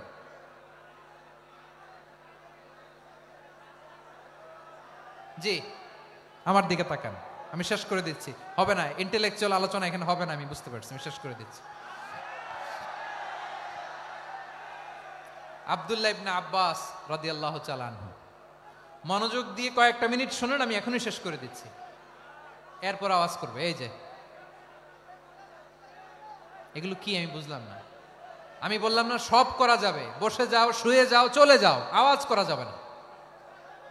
অন্যকে বসো এটাও বলার দরকার নাই, জাস্ট এদিকে তাকাও। আল্লাহ। আব্দুল্লাহ ইবনে আব্বাস রাদিয়াল্লাহু তাআলা আনহু, ওনাকে বিশ্বনবী হাতে কলমে শিক্ষা দিয়েছেন, যেহেতু উম্মতের শিক্ষাবিদ হবেন, এডুকেটর হবেন। তো বিশ্বনবী রাতে যখন তাহাজ্জুদ পড়তেন, ছোট্ট আব্দুল্লাহ ঘরে থাকতো। বুঝতে পেরেছেন? ছোট্ট মানুষ তো ঘরে থাকতো। তো বিশ্বনবী তাহাজ্জুদের জন্য একবার দাঁড়িয়েছেন, ছোট্ট আব্দুল্লাহ ওযু করে দাঁড়াইছে। আচ্ছা বলেন তো, ইমাম আর মুসল্লি মোট যদি 2 জন হয়, একজন ইমাম একজন মুসল্লি, তো মুসল্লি ইমামের কোন দিকে দাঁড়াবে? ডানে দাঁড়াবে। ছোট্ট আব্দুল্লাহ বোঝে নাই, বিশ্বনবী তাহাজ্জুদ শুরু করেছেন, উনি ইক্তেদা করছেন আর দাঁড়াইছেন বায়ে। কোথায় দাঁড়িয়েছেন? আব্দুল্লাহ বলেন, যখন আমি বায়ে দাঁড়ালাম, আখাযা রাসূলুল্লাহ সাল্লাল্লাহু আলাইহি ওয়াসাল্লাম উযুনি আল ইউমনা ইয়াফতিলুহা, বিশ্বনবী নামাজরত অবস্থায় আমার কান ধরে টেনে আমার ডান দিকে এনে দাঁড় করায় দিলেন। পড়েন সুবহানাল্লাহ। দেখেন হাতে কলমে শিক্ষা। আর জীবনে ভুলাবে? কথা কয় না, আর ভুলাবে? আর ভুল হবে না। এভাবে বিশ্বনবীর অনেক সঙ্গ পেয়েছেন, সফর করেছেন, একই বাহনে বসেছেন, এক বাহনে বসে লম্বা নাসিহত করেছেন, বলেছেন ইয়া গোলাম ইহফাদিল্লাহ ইয়াহফাজকা ইহফাদিল্লাহ তাজিদহু তুজাহাক ইযা সাআলতা ফাসআলিল্লাহ ওয়া ইযা ইসতাআনতা ফাসতাইন বিল্লাহ। আল্লাহর বিধান মানো, আল্লাহর বিধান রক্ষা করো, আল্লাহ তোমায় রক্ষা করবে। আব্দুল্লাহ, চাইতে হলে আল্লাহর কাছে চাও, সাহায্য চাইতে হলে আল্লাহর কাছে সাহায্য চাও। মনে রাখো, গোটা বিশ্বের সবাই যদি তোমার সাহায্য করতে চায় ততটুকুই করতে পারবে যতটুকু আল্লাহ তোমার নসিবে রেখেছে। গোটা বিশ্ব যদি তোমার বিরুদ্ধে ষড়যন্ত্রে দাঁড়িয়ে যায়, ক্ষতি ততটুকু করতে পারবে যতটুকু তোমার জন্য বরাদ্দ আছে, এর বাইরে কিছু করতে পারবে না। আওয়াজ করে বলেন ঠিক কিনা? এভাবে হাতে কলমে শিখিয়েছেন, বিশ্বনবীর সঙ্গ পেয়েছেন। উনাকে বিষ্ণু ইসলাম শিক্ষাবিদ, এডুকেটর অফ দিস উম্মাহ হিসেবে সিলেক্ট করেছেন, হাতে কলমে শিখিয়েছেন। বিশ্বনবী একবার প্রকৃতির ডাকে সাড়া দিয়ে এসেছেন। এখন কি করতে হবে? নামাজের জন্য অজু করতে হবে। বিশ্বনবী এসেই দেখেন অজুর বদনায় পানি ভরা, খুশি হয়ে গেলেন, বললেন কে রেখেছে পানি? একজন বলল আব্দুল্লাহ রেখেছে। বিশ্বনবী অত্যন্ত খুশি হলেন, খুশি হয়ে একটা দোয়া করলেন, বললেন আল্লাহুম্মা ফাক্কিহু ফিদ্দীন ওয়া আল্লিমহু তা'ওয়ীল। আল্লাহ, তুমি আব্দুল্লাহকে দ্বীনের বুঝ দিও আর কোরআনের তাফসির শিক্ষা দিও। বিশ্বনবীর এই দোয়া এমন লাগছে, উনি রাইসুল মুফাসসিরিন, এই পৃথিবীতে যত মুফাসসির ছিল, যত মুফাসসির আসবে, সকল মুফাসসিরের সম্রাট হিসেবে স্বীকৃত হয়েছেন আব্দুল্লাহ ইবনে আব্বাস। বিশ্বনবী ওনারে আজান শিখান নাই, বিশ্বনবী ওনারে ল্যাঙ্গুয়েজ শিখান নাই, বিশ্বনবী ওনারে অ্যাম্বাসাডর বানান নাই, হাতে কলমে শিক্ষা দিয়েছেন। ছোট্ট মানুষ বিশ্বনবী ইন্তেকাল করলেন, আবু বকরের সময় গেল, ওমরে ফারুকের খেলাফত, তখনও তিনি তরুণ। ওমরে ফারুক রাদিয়াল্লাহু তাআলা আনহু ওনার ক্যাবিনেট মিনিস্ট্রির বৈঠকে এই আব্দুল্লাহ ইবনে আব্বাসকে পাশ দিয়ে বসায় রাখতেন। বয়স্ক সাহাবারা এটা পছন্দ করতো না, তারা বলতো ঘটনা কি, আব্দুল্লাহর মতো ছেলে নাতি আমাদের আছে, এরা কেন রাখে ওমরে ফারুক? ওমরে ফারুক এটা টের পেলেন, তিনি বুঝতে পারলেন যে ক্যাবিনেট মেম্বাররা এটা পছন্দ করে না, ছোট্ট আব্দুল্লাহরা কেন রাখি, কেন যে রাখি এটা একদিন বুঝাবো। একদিন মিটিং এ তিনি সবাইকে বললেন ইদা জাআ নাসরুল্লাহি ওয়াল ফাতহ। এই আয়াত দ্বারা উদ্দেশ্য কি বলেন তো মুরব্বী সাহাবীরা? এক সাহাবী বলেন এই সূরা দ্বারা উদ্দেশ্য, আল্লাহ বলেছেন আমাদেরকে বিভিন্ন ল্যান্ড, বিভিন্ন এলাকা বিজয় করতে হবে। ওমরে ফারুক বললেন না, হয়নি। আরেকজন বললেন বিজয় হওয়ার পর আমাদের বেশি বেশি আল্লাহর বরত্বের ঘোষণা দিতে হবে, এটা উদ্দেশ্য। ওমরে ফারুক বললেন না, হয় নাই। যারা জিজ্ঞেস করেন কেউ পারে না। সব শেষে বিশ্বনবী ছোট্ট আব্দুল্লাহরে বলেন আব্দুল্লাহ ইদা জাআ নাসরুল্লাহি ওয়াল ফাতহ, এর দ্বারা উদ্দেশ্য কি বলো তো? ছোট্ট আব্দুল্লাহ বলেন হুয়া আজালু রাসূলিল্লাহ। এই আয়াত দ্বারা বিশ্বনবীর বিদায়কে উদ্দেশ্য নেওয়া হয়েছে। ওমরে ফারুক বললেন হাযা হুয়া, এটাই তো সঠিক উত্তর, এটাই সঠিক তাফসীর এই আয়াতের। কারণ ইদা জাআ নাসরুল্লাহি ওয়াল ফাতহ, যখন আল্লাহর সাহায্য আর বিজয় আসবে, ওয়া রাআইতান নাসা ইয়াদখুলুনা ফি দীনিল্লাহি আফওয়াজা, আপনি দেখবেন দলে দলে ঢলে ঢলে বানের পানির মতো মানুষ ইসলামের দিকে ঢুকতেছে, ইসলামের বিজয় হয়েছে। তো ইসলামের বিজয়ের মিশন নিয়ে নবী আসছে, বিজয়ী যখন হয়ে গেছে এখন তো নবীর বিদায় হবে। জোরে বলেন ঠিক কিনা? কোন সাহাবী এই সূক্ষ্ম কথাটা ধরতে পারে নাই, ওই আব্দুল্লাহ ছাড়া। আব্দুল্লাহ যখন উত্তর দিছে সব সাহাবীদের টনক নড়েছে। এরপর থেকে কোনো ক্যাবিনেট মিটিং এ আর কোনো সাহাবারা কোনো প্রশ্ন করে নাই, আওয়াজ করে পড়েন সুবহানাল্লাহ। বিশ্বনবী আব্দুল্লাহ ইবনে আব্বাসকে দ্য এডুকেটর অফ দ্য উম্মাহ, উম্মার শিক্ষাবিদ হিসেবে গ্রহণ করেছেন। আওয়াজ করে পড়তে হবে আল্লাহু আকবার। সাহাবীদের নামগুলো মনে থাকবে? এক নম্বরে আবু মাহজুরা, মুয়াজ্জিন বানাইছেন। যায়েদ ইবনে সাবিত, দোভাষী, ট্রান্সলেটর অফ প্রফেট, এবং তিনি ছিলেন বিশ্বনবীর ব্যক্তিগত সচিব। Musab ibn Umair, the first ambassador and diplomat of Islam. Abdullah ibn Abbas, এই উম্মার সবচেয়ে বড় এডুকেটর, শিক্ষাবিদ। আরেকজন ছিল আব্দুল্লাহ ইবনে মাসউদ রাদিয়াল্লাহু তাআলা। দুই আব্দুল্লাহ, আব্বাস গেল, আরেকজন হচ্ছে মাসউদ। মক্কার তরুণ, ছাগল পালতো মুশরিকের। বিশ্বনবী আর আবু বকর রাদিয়াল্লাহু তাআলা আনহু একবার গেলেন, যে দেখে এই তরুণ দাঁড়ায় আছে। বিশ্বনবী বলেন আমি খুব ক্ষুধার্ত, তোমার কাছে কি দুধ আছে ছাগলের? আব্দুল্লাহ ইবনে মাসউদ বলে আছে। ওয়ালাকিন আনা মুতামান, কিন্তু যে দুধ আছে এটা আমানতের, আমি দিতে পারবো না। বিশ্বনবী এইটা শুনেই তারা টার্গেট করে ফেলছে। আনা মুতামান, দুধ আছে কিন্তু এটা আমার মালিকের, আমি তো দরদ দেখাই, আমার মালিকের দুধ, আপনি পথিক, আপনারা দিতে পারি না। বিশ্বনবী টার্গেট করে ফেলছেন, এরে আমার কাজে লাগাইতে হবে। বিষ্ণু বললেন আচ্ছা ঠিক আছে দুধ দিও না, কিন্তু এমন ছাগি আছে কিনা যেই ছাগির সাথে কোনো ছাগলের মিলন হয় নাই, তার ওলানে দুধও আসে নাই, বাচ্চাও নাই, এরকম ছাগির থেকে যদি আমি দুধ খাই তাহলে তো সমস্যা নাই। বলতেছে এরকম ছাগির থেকে দুধ খাইলে সমস্যা নাই, কারণ এরকম ছাগির ওলান থেকে দুধ আসবেও না। বলতেছে ঠিক আছে এরকম একটা ছাগি নিয়ে আস। নিয়ে আসা হলো। বিশ্বনবী বিসমিল্লাহ বলে ওই ছাগির ওলানে হাত দিলেন। হাত দিতে দেরি, পুরো ওলানটা দুধে ভরে যেতে দেরি হয় না। বিশ্বনবী আর আবু বকর রাদিয়াল্লাহু তাআলা আনহু দহন করে পেট ভরে খেলেন। এই দৃশ্য আব্দুল্লাহ ইবনে মাসউদের হৃদয়ে দাগ কাটলো। এই মুজিজা দেখে তিনি বললেন আশহাদু আল্লা ইলাহা ইল্লাল্লাহ ওয়া আশহাদু আন্না মুহাম্মাদুর রাসূলুল্লাহ। তিনি ষষ্ঠ মুসলিম ছিলেন, 6 নম্বর মুসলমান। ওনাকে টার্গেট করে বিশ্বনবী দেখলেন এমন ইন্টেলেকচুয়াল ব্রেন, উনি সূক্ষ্ম সূক্ষ্ম জিনিস বুঝে বেশি, ফিকহি জ্ঞান ওনার মধ্যে বেশি। বিশ্বনবী ওনাকে কোরআনের জ্ঞান শিক্ষা দিতে লাগলেন। উনি বিশ্বনবী সবার কাছে কোরআন শোনায়, কিন্তু বিশ্বনবী নিজে আব্দুল্লাহ ইবনে মাসউদের কাছ থেকে কোরআন শুনতো। বিশ্বনবী একবার বললেন ইকরা আলাইয়া ইয়া মাসউদ। ইবনে মাসউদ একবার শোনাও তো কোরআন দেখি। আব্দুল্লাহ ইবনে মাসউদ বলে আকরাউ আলাইকা ওয়া আলাইকা উনজিল। নবী আপনার উপর কোরআন নাজিল হয় আর আমি আপনার সামনে কোরআন পড়ব। বিশ্বনবী বললেন ইন্নী উহিব্বু আন আসমাআহু মিন গায়রি। আমি নিজে পড়তে যেমনি ভালোবাসি, অন্যে পড়ুক আমি শুনবো, এটাও আমি ভালোবাসি। সূরা নিসা তিনি তেলাওয়াত করে শুনিয়েছেন। এমন সূক্ষ্ম সূক্ষ্ম বিষয় বিশ্বনবী উনাকে ধরিয়ে দিয়েছেন। উনি হয়ে গিয়েছেন আব্দুল্লাহ ইবনে আব্বাস হয়েছেন রাইসুল মুফাসসিরিন, উনি হয়ে গিয়েছেন ফাকিহুল উম্মাহ। ওনার চাইতে বড় ফকি এই পৃথিবী আর দেখবে না। চিল্লায় বলেন সুবহানাল্লাহ। উনি বলতেন ওয়াল্লাহি ওয়াল্লাহি ইল্লাযী লা ইলাহা গায়রু মা উনজিলাত সূরাতুন ইল্লা ওয়া আনা আ'লামু আইনা উনজিলাত ওয়া ফিমা উনজিলাত। বিশ্বনবী এমন ভাবে কোরআনের দার্স আমাকে দিয়েছেন, কোরআনে যত সূরা নাজিল হয়েছে, যেখানে নাজিল হোক না কেন আমি জানি এটা কোথায় নাজিল হয়েছে এবং কোন প্রেক্ষাপটে নাজিল হয়েছে। এমন একটা সূরা নাই যে সূরার কোথায় নাজিল হয়েছে আমি মাসুদের জানা নাই, কোন প্রেক্ষাপটে নাজিল হয়েছে আমার জানা নাই। এরকম ঘটবে না। চিল্লায় বলেন আল্লাহু আকবার। এই আব্দুল্লাহ ইবনে মাসউদ রাদিয়াল্লাহু তাআলা আনহু ওমর ফারুকের সময় কুফার চিফ জাস্টিস ছিলেন। কুফা নগরীর চিফ জাস্টিস। চিফ জাস্টিস বুঝেন নাই? বিচারপতি। কি ছিলেন? সবাই বলে নাই কি ছিলেন? বিচারপতি ছিলেন। এবং ওনার যে ফিকহি জ্ঞানের ধারা, এটাই আলকামা, ইব্রাহিম আন-নাখাই, হাম্মাদ ইবনে সুলাইমান হয়ে ইমাম আবু হানিফা পর্যন্ত পৌঁছেছে।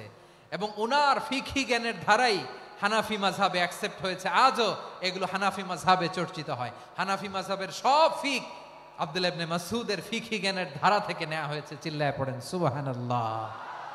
তাহলে উনাকে বিশ্বনবী বানিয়েছেন জুরিস্ট, আইনবিদ, ফকিহ। উনারে আজান শিখান নাই।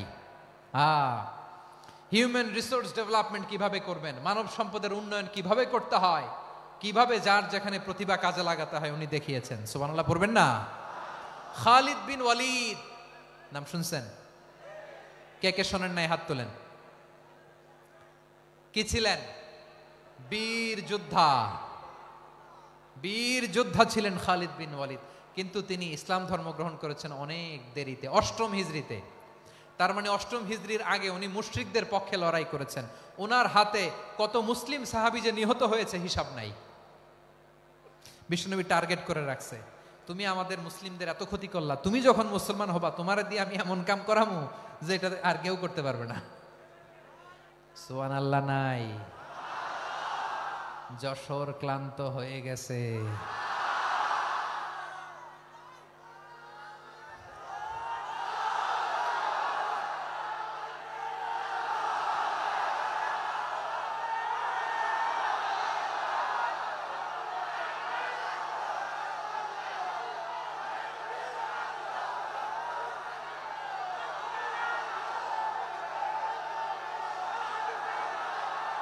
মাশাআল্লাহ। বসুন বসুন বসুন।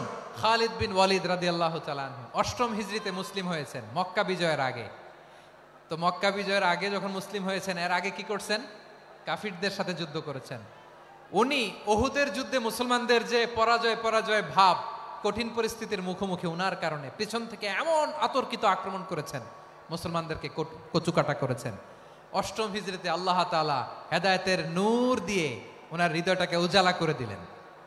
লা ইলাহা এটা এমন বাণী যার হৃদয়ে একবার টাচ খাবে, এইটা থেকে সে আর পালিয়ে বেড়াতে পারে। ঝিনুকের ভেতর লুকিয়ে থাকে যেমন মতি, ঝিনুকের ভেতর লুকিয়ে থাকে যেমন মতি, কলমা শাহাদাতে আছে আল্লাহর জ্যোতি, কলমা শাহাদাতে আছে আল্লাহর জ্যোতি। ঠিক কিনা বলেন? মক্কা বিজয়ের আগে মুসলিম হলেন, হওয়ার পরেই বিশ্বনবীর টার্গেট ফুলফিল হলো। ওই যে টার্গেট করে রেখেছেন আর দোয়া করেছেন, খালিদ বিন ওয়ালিদ যদি মুসলিম হয় তাকে আমি মিলিটারি চিফ বানাবো। ওনাকে আজান শিখান নাই, ওনারে কান ধইরা নামাজের এই মাথা থেকে ওই মাথা আনান নাই, ফিকহি কোরআনের সূক্ষ্ম তাফসীর ওনারে শিখান নাই, অ্যাম্বাসেডর বানান নাই। বিষ্ণু ইসলাম উনাকে সামরিক অভিযানে প্রেরণ করেছেন। সামরিক অভিযানে তিনি প্রেরণ করেছেন। উনার জীবদ্দশায় উনার নেতৃত্বে যতগুলো যুদ্ধ হয়েছে একটা যুদ্ধেও তিনি পরাজয় বরণ করেন নাই। ওমরে ফারুকের সময়কালে তিনি চিফ অফ মুসলিম মিলিটারি মানে মুসলিম সেনাপতি হয়েছেন। যশোর আওয়াজ করো, ঠিক কিনা বলো? সেনাপতি, মুসলিম সেনাপতি। তাহলে কিভাবে হিউম্যান রিসোর্স ব্যবহার করতে হয় গোটা বিশ্ব আমার নবীর কাছ থেকে শিখে নাও। খালিদ বিন ওয়ালিদ, ওনাকে বিশ্বনবী একটা উপাধি দিয়েছেন।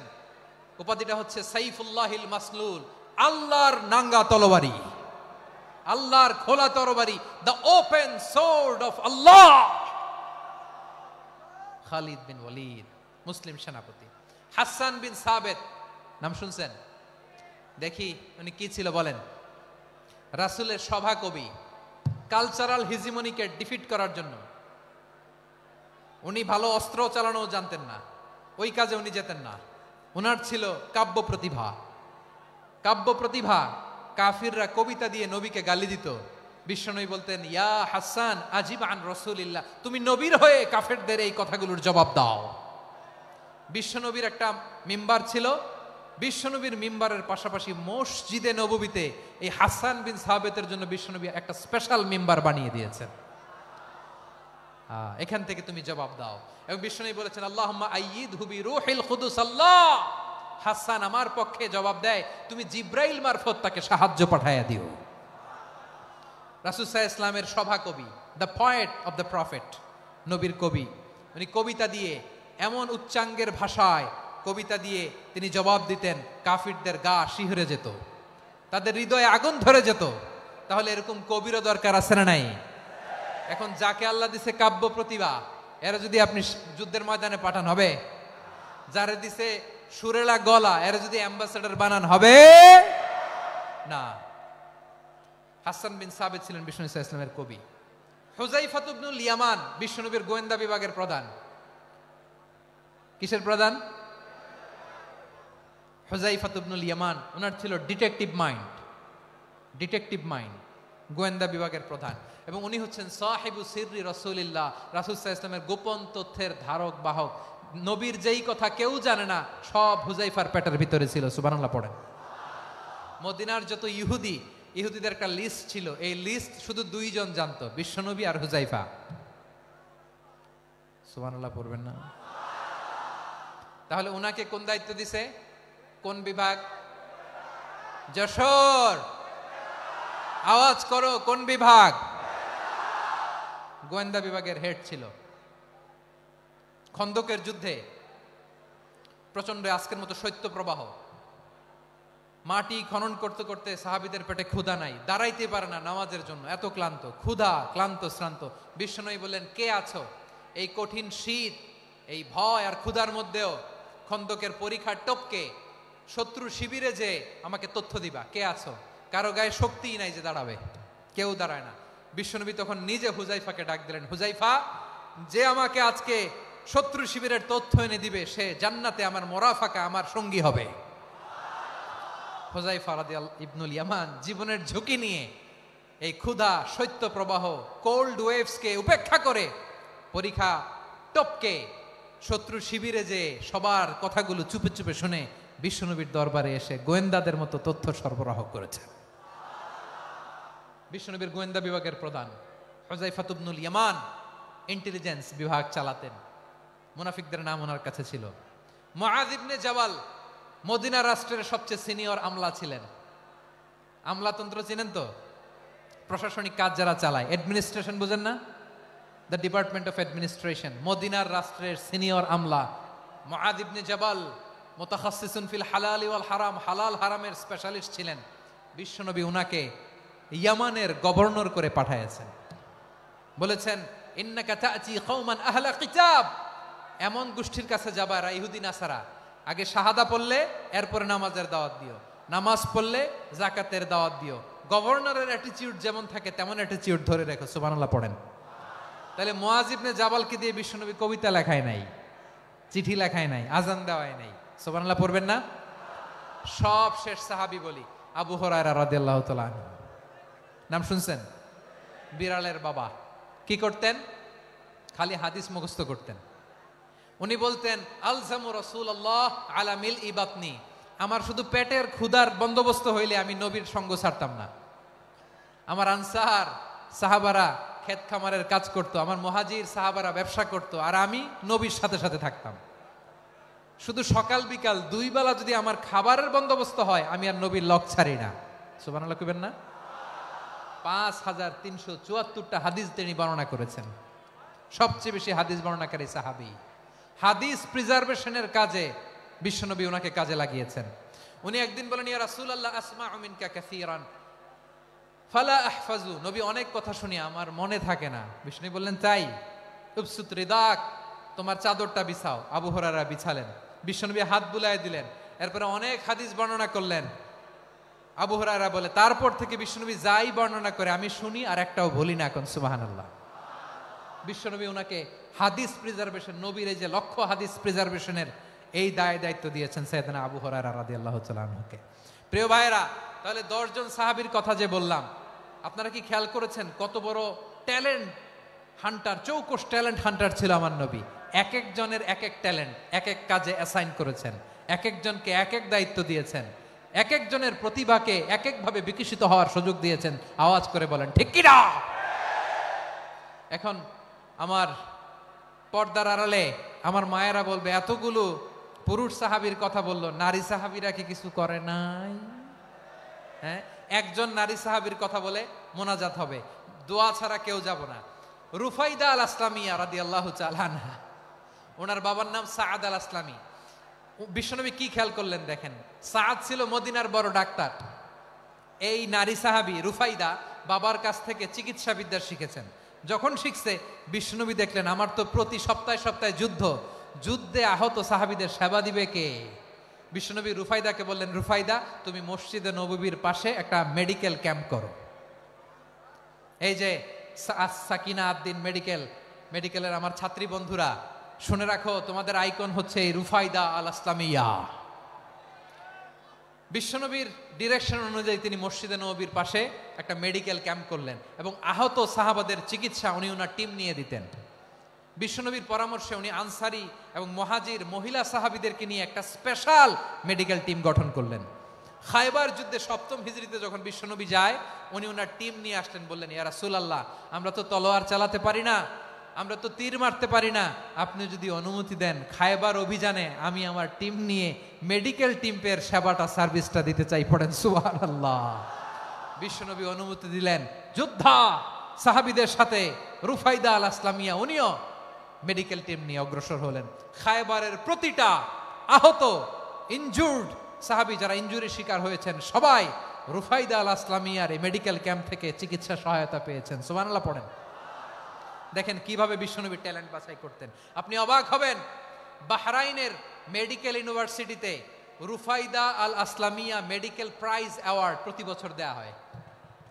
যদি দিনের এই মেডিকেল আমার বোনেরা যদি জেনে থাকো জানো, না হলে নতুন করে জানো, সার্চ দিও রুফাইদা আল আসলামিয়া মেডিকেল অ্যাওয়ার্ড, বাহরাইনের ইউনিভার্সিটিতে দেয়া হয়। প্রিয় ভাইয়েরা, তাহলে আলোচনার সামারি আমরা করি।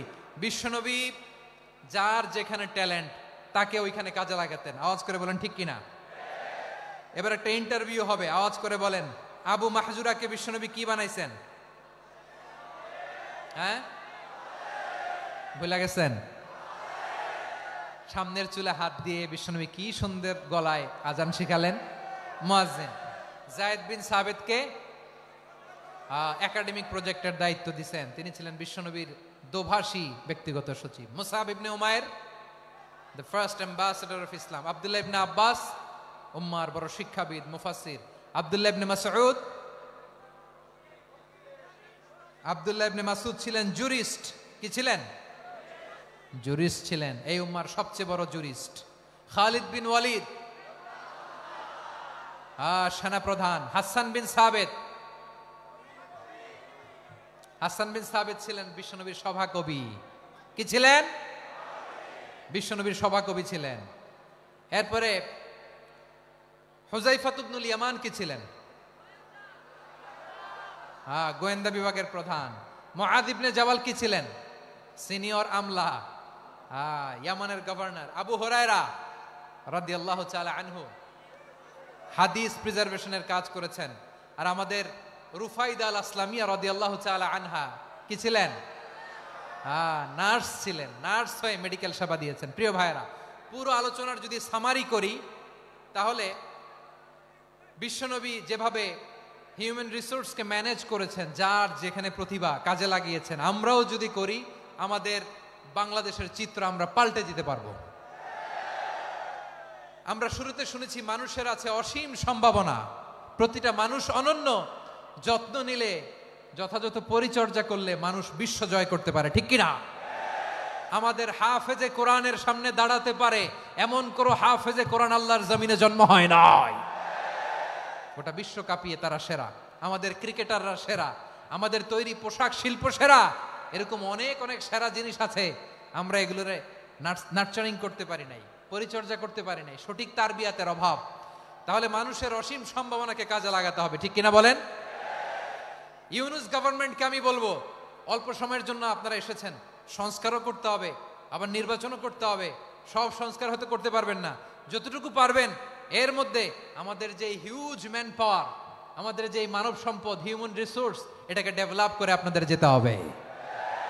যেটা পারবেন না সেটাকে পরবর্তী নির্বাচিত গভর্নমেন্টের কাছে রেখে যেতে হবে, যে তারা যেন করে, তাদের কাছে আপনারা এটা রেখে যাবেন। তাহলে মানুষ চাইলে বিশ্ব জয় করতে পারে। আর মানুষকে হারাতে পারে কেউ? জোরে বলো যশোর, মানুষকে হারাতে পারে কেউ?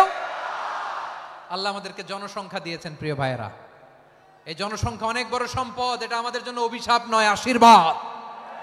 আমাদের জনসংখ্যাকে যদি আমরা জনশক্তিতে রূপান্তর করতে পারি, আজকে বাংলাদেশ যে অবস্থানে দাঁড়িয়ে আছে, বাংলাদেশ তার 20 গুণ উন্নতির শিখরে চলে যাবে। চিল্লায় বলো ঠিক কিনা?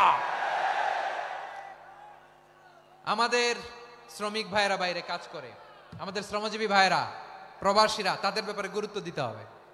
আমাদের শ্রমের দাম সবচেয়ে কম, সবচেয়ে কম। তারা এম্বাসিতে গুরুত্ব পায় না, এয়ারপোর্টে গুরুত্ব পায় না। এই সরকার অবশ্য তাদেরকে অনেক গুরুত্ব দিচ্ছে। আমাদের অদক্ষ শ্রমিককে যখন আমরা দুবাই পাঠাই, অল্প বেতন পায়, কিন্তু ইন্ডিয়ানরা দক্ষ শ্রমিক পাঠাইলে তার 3 গুণ বেতন পায়। আমরা আমাদের শ্রমিকদেরকে অদক্ষ ভাবে আর পাঠাতে চাই না, দক্ষ শ্রমিক পাঠিয়ে আমরা রেমিটেন্সের বন্যা বইয়ে দেব। আমাদের শ্রমিকদের পাঠানো রেমিটেন্সের টাকায় সচল থাকে আমার দেশের অর্থনীতির চাকা। তাদেরকে সবচেয়ে গুরুত্ব দিতে হবে। আমরা পেয়েছি ফ্রিডম ফাইটার, মুক্তিযোদ্ধা, আর আমার প্রবাসী ভাইরা হচ্ছে রেমিটেন্স ফাইটার। জোরে বলো ঠিক কিনা? তাহলে আমাদের এই জনশক্তিকে জনসম্পদে ট্রান্সফর্ম করতে হবে, ঠিক কিনা বলেন? সরকার জনগণকে এভাবে পলিশ করতে হবে। মা বাবারা ছেলে মেয়েদের মধ্যে কার কোন যোগ্যতা, তাকে ওইভাবে কাজে লাগাতে হবে। সবার A+ পাওয়ার কোনো দরকার নাই। আমাদের দেশে একটা টেন্ডেন্সি আছে, পরীক্ষায় A+ না পাইলে কই তুই কি করলি, পাশের বাড়ির ছেলে A+ পাইছে, যা ওর পা ধোয়া পানি খা। কি খা? তা আমি ভাবছি যে পা ধোয়া, A+ পাওয়া ছেলেদের পা ধোয়া পানির একটা পানির ব্র্যান্ড বানাইতে হবে। এরকম লেখা থাকবে, A+ পাওয়া ছেলেদের পা ধোয়া পানি। খাওয়া নাই, এগুলার খাওয়া নাই। ওরে আল্লাহ A+ পাওয়ার জন্য বানাইছে, আর আপনার ছেলেকে এই A+ গুলারে নিয়ন্ত্রণ করার জন্য আল্লাহ বানাইছে। ওকে দিয়ে আল্লাহ কি করবে আপনি জানেনই না। একটা A+, একটা A গ্রেড একটা মানুষের জীবনকে ঠিক করে দিতে পারে না। আপনার ছেলেকে আল্লাহ অন্যদিকে যোগ্যতা দিয়েছে। ওদের মনোবল ভাঙবেন না, খবরদার, খবরদার। ছেলে মেয়েদের মনোবল ভাঙবেন না।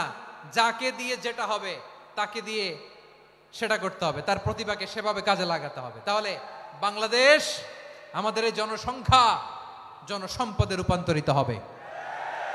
আমাদের সরকারের তত্ত্বাবধানে আমাদের 18 কোটি জনগণ দক্ষ জনশক্তিতে রূপান্তরিত হোক, আমরা চাই কি চাই না? আমরা ভালো মানুষ, শ্রেষ্ঠ মানুষ হতে চাই কি চাই না? ওই জাপানিজদের মতো সৎ, ওই ইউরোপিয়ানদের মতো কালচার, আমাদেরকে আল্লাহ তাআলা কোরআন সুন্নাহ অনেক কিছু দিয়েছেন। যেহেতু বর্তমানে আমরা দেখছি তারা সৎ, তাদের মধ্যে ভ্যালু আছে, সেগুলো আমাদের মধ্যে আনার দরকার আছে না নাই? আর ইসলাম দিয়ে আমাদের জীবনকে সাজাতে হবে, ইসলাম দিয়ে আমার পরিবারকে সাজাতে হবে। ইসলাম থেকে, কোরআন থেকে প্রেসক্রিপশন না নিলে জীবন সুন্দর হবে না। কোরআন থেকে প্রেসক্রিপশন না নিলে সমাজ সুন্দর হবে না। কোরআনের প্রেসক্রিপশন না মানলে রাষ্ট্র সুন্দর হবে না। কোরআনের প্রেসক্রিপশন অ্যাপ্লাই না করলে শুধু দুর্নীতি দমন কমিশন দিয়ে দুর্নীতি বন্ধ করা যাবে না। এজন্য কোরআনের আইন আমরা চাই কি চাই না? প্রিয় ভাইয়েরা, হিউম্যান রিসোর্স ডেভেলপমেন্ট, মানব সম্পদের উন্নয়ন, আমাদের সরকার যেন এদিকে নজর দেয়। আমরা যেন এই ব্যাপারে যত্নবান হয়ে উঠি। যাকে আল্লাহ যে যোগ্যতা দিয়েছে, এই যোগ্যতা দিয়ে আমরা যেন ইসলামের জন্য, দেশের জন্য কাজ করি। আমরা যেন আমাদের স্কিল ডেভেলপ করি, আমাদের পটেনশিয়ালকে ডেভেলপ করি। মোরালিটি, ভ্যালিউজ নিয়ে শায়েখ আহমদুল্লাহ আলোচনা করেছেন, এগুলো দিয়ে যেন আমরা আমাদেরকে সাজাই। আল্লাহ তাআলা আমাদের দেশকে তুমি নিরাপদ করো, আমরা পড়ি আমিন। আল্লাহ আমার 18 কোটি জনগণকে তুমি জনশক্তিতে রূপান্তরিত করো, আমিন। আল্লাহ আমরা হাতে হাত রেখে, কাঁধে কাঁধ মিলিয়ে, ভাইয়ে ভাইয়ে যেন এই দেশকে গড়তে পারি, আল্লাহ তুমি তৌফিক দান করো, আমরা পড়ি আমিন। আমার প্রিয় মহিউদ্দিন ভাই বলেছেন, হুজুর এমন একটা ঘোষণাপত্র দিয়ে যাবেন আজকের এই ঐতিহাসিক যশোরের প্রোগ্রামে, যেটা গোটা বাংলাদেশে মানুষ এটার উপর আমল করে। আমি যে কথাটা বলেছি এটাই, আসুন আমরা আমাদের জনসংখ্যাকে জনসম্পদে ট্রান্সফর্ম করি। আমাদের জনসংখ্যাকে আমরা যেন জনশক্তিতে রূপান্তরিত করি। জনসংখ্যাকে ট্রান্সফর্ম করে জনশক্তি দিয়ে আমরা যেন আগামীর বাংলাদেশ, স্বাধীন বাংলাদেশ 2.0 কে গড়ে তুলি। আল্লাহ তাআলা আমাদের সবাইকে কথাগুলো বোঝার, আমল করার তৌফিক দান করুন। এই জেনজি, ক্ষমা করে দিও আমাকে, অনেক ধমক দিছি, বকা দিছি। আল্লাহ তোমাদেরকে করুক, কবুল করুক, যশোরবাসীকে কবুল করুক, আদ দিনকে কবুল করুক, এই মেডিকেল কলেজকে কবুল করুক, ইসলামের জন্য বাদ ভাঙা এই জোয়ার এবং উচ্ছ্বাসকে আল্লাহ তাআলা কবুল করুক। হাদা মা ইনদি ওয়াল ইলমু ইনদাল্লাহ আলাইহি তাওয়াক্কালতু ওয়া ইলাইহি উনীব। সুবহানাকাল্লাহুম্মা ওয়া বিহামদিকা আশহাদু আল্লা ইলাহা ইল্লা আনতা আস্তাগফিরুকা ওয়া আতুবু ইলাইক। আল্লাহুম্মা আমিন। রব্বানা ظلمنا أنفسنا وإن لم تغفر لنا وترحمنا لنكونن من الخاسرين. ربنا آتنا في الدنيا حسنة وفي الآخرة حسنة وقنا عذاب النار. ও বিশাল আকাশের মালিক, বিশাল জমিনের মালিক, তোমার আকাশ বাতাসের তুলনায় আমাদের হাত দুইটা বড় ছোট্ট রে আল্লাহ। ছোট দুটি হাত পেতে বুক ভরা আশা নিয়ে তোমার শাহী দরবারে চেয়ে রইলাম। আমাদের জিন্দেগির গুনাহ খাতা তুমি মাফ করে দাও। আমাদের আব্বা আম্মা, দাদা দাদি, আত্মীয় স্বজন সবার গুনাহ খাতা তুমি মাফ করে দাও। আমাদের যত আত্মীয় স্বজন কবরের বাসিন্দা, প্রত্যেকের কবরটারে তুমি কোরআনের নূর দিয়ে মুনাওয়ার করে দাও। আল্লাহ আজকের এই যশোরের প্রোগ্রামকে তুমি কবুল আর মঞ্জুর করে দাও। সূরাত বনী ইসরাঈলের 70 নম্বর আয়াতের আলোকে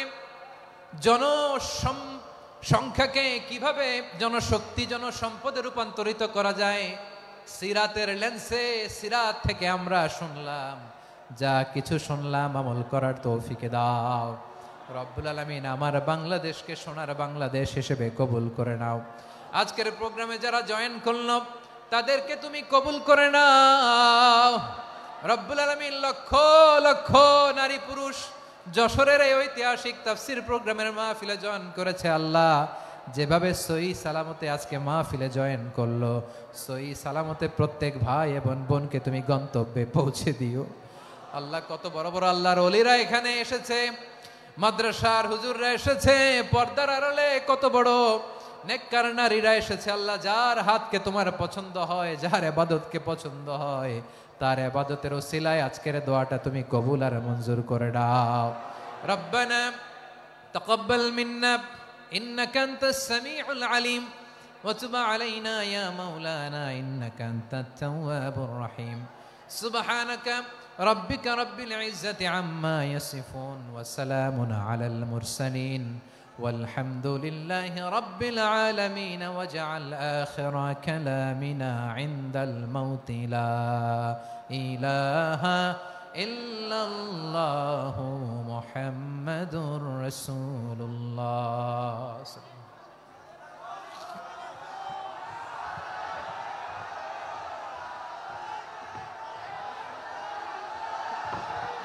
ভাইরা একটু আস্তে আস্তে আমরা বের হয়ে যাই, আস্তে আস্তে বের হয়ে যাই।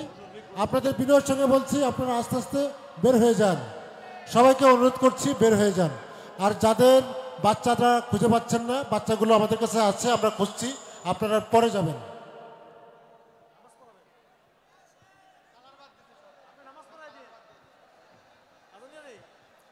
আস্তে আস্তে শৃঙ্খলার সাথে সহি সুস্থভাবে বের হয়ে যান ভাইরা, ধাক্কাধাক্কি করবেন না।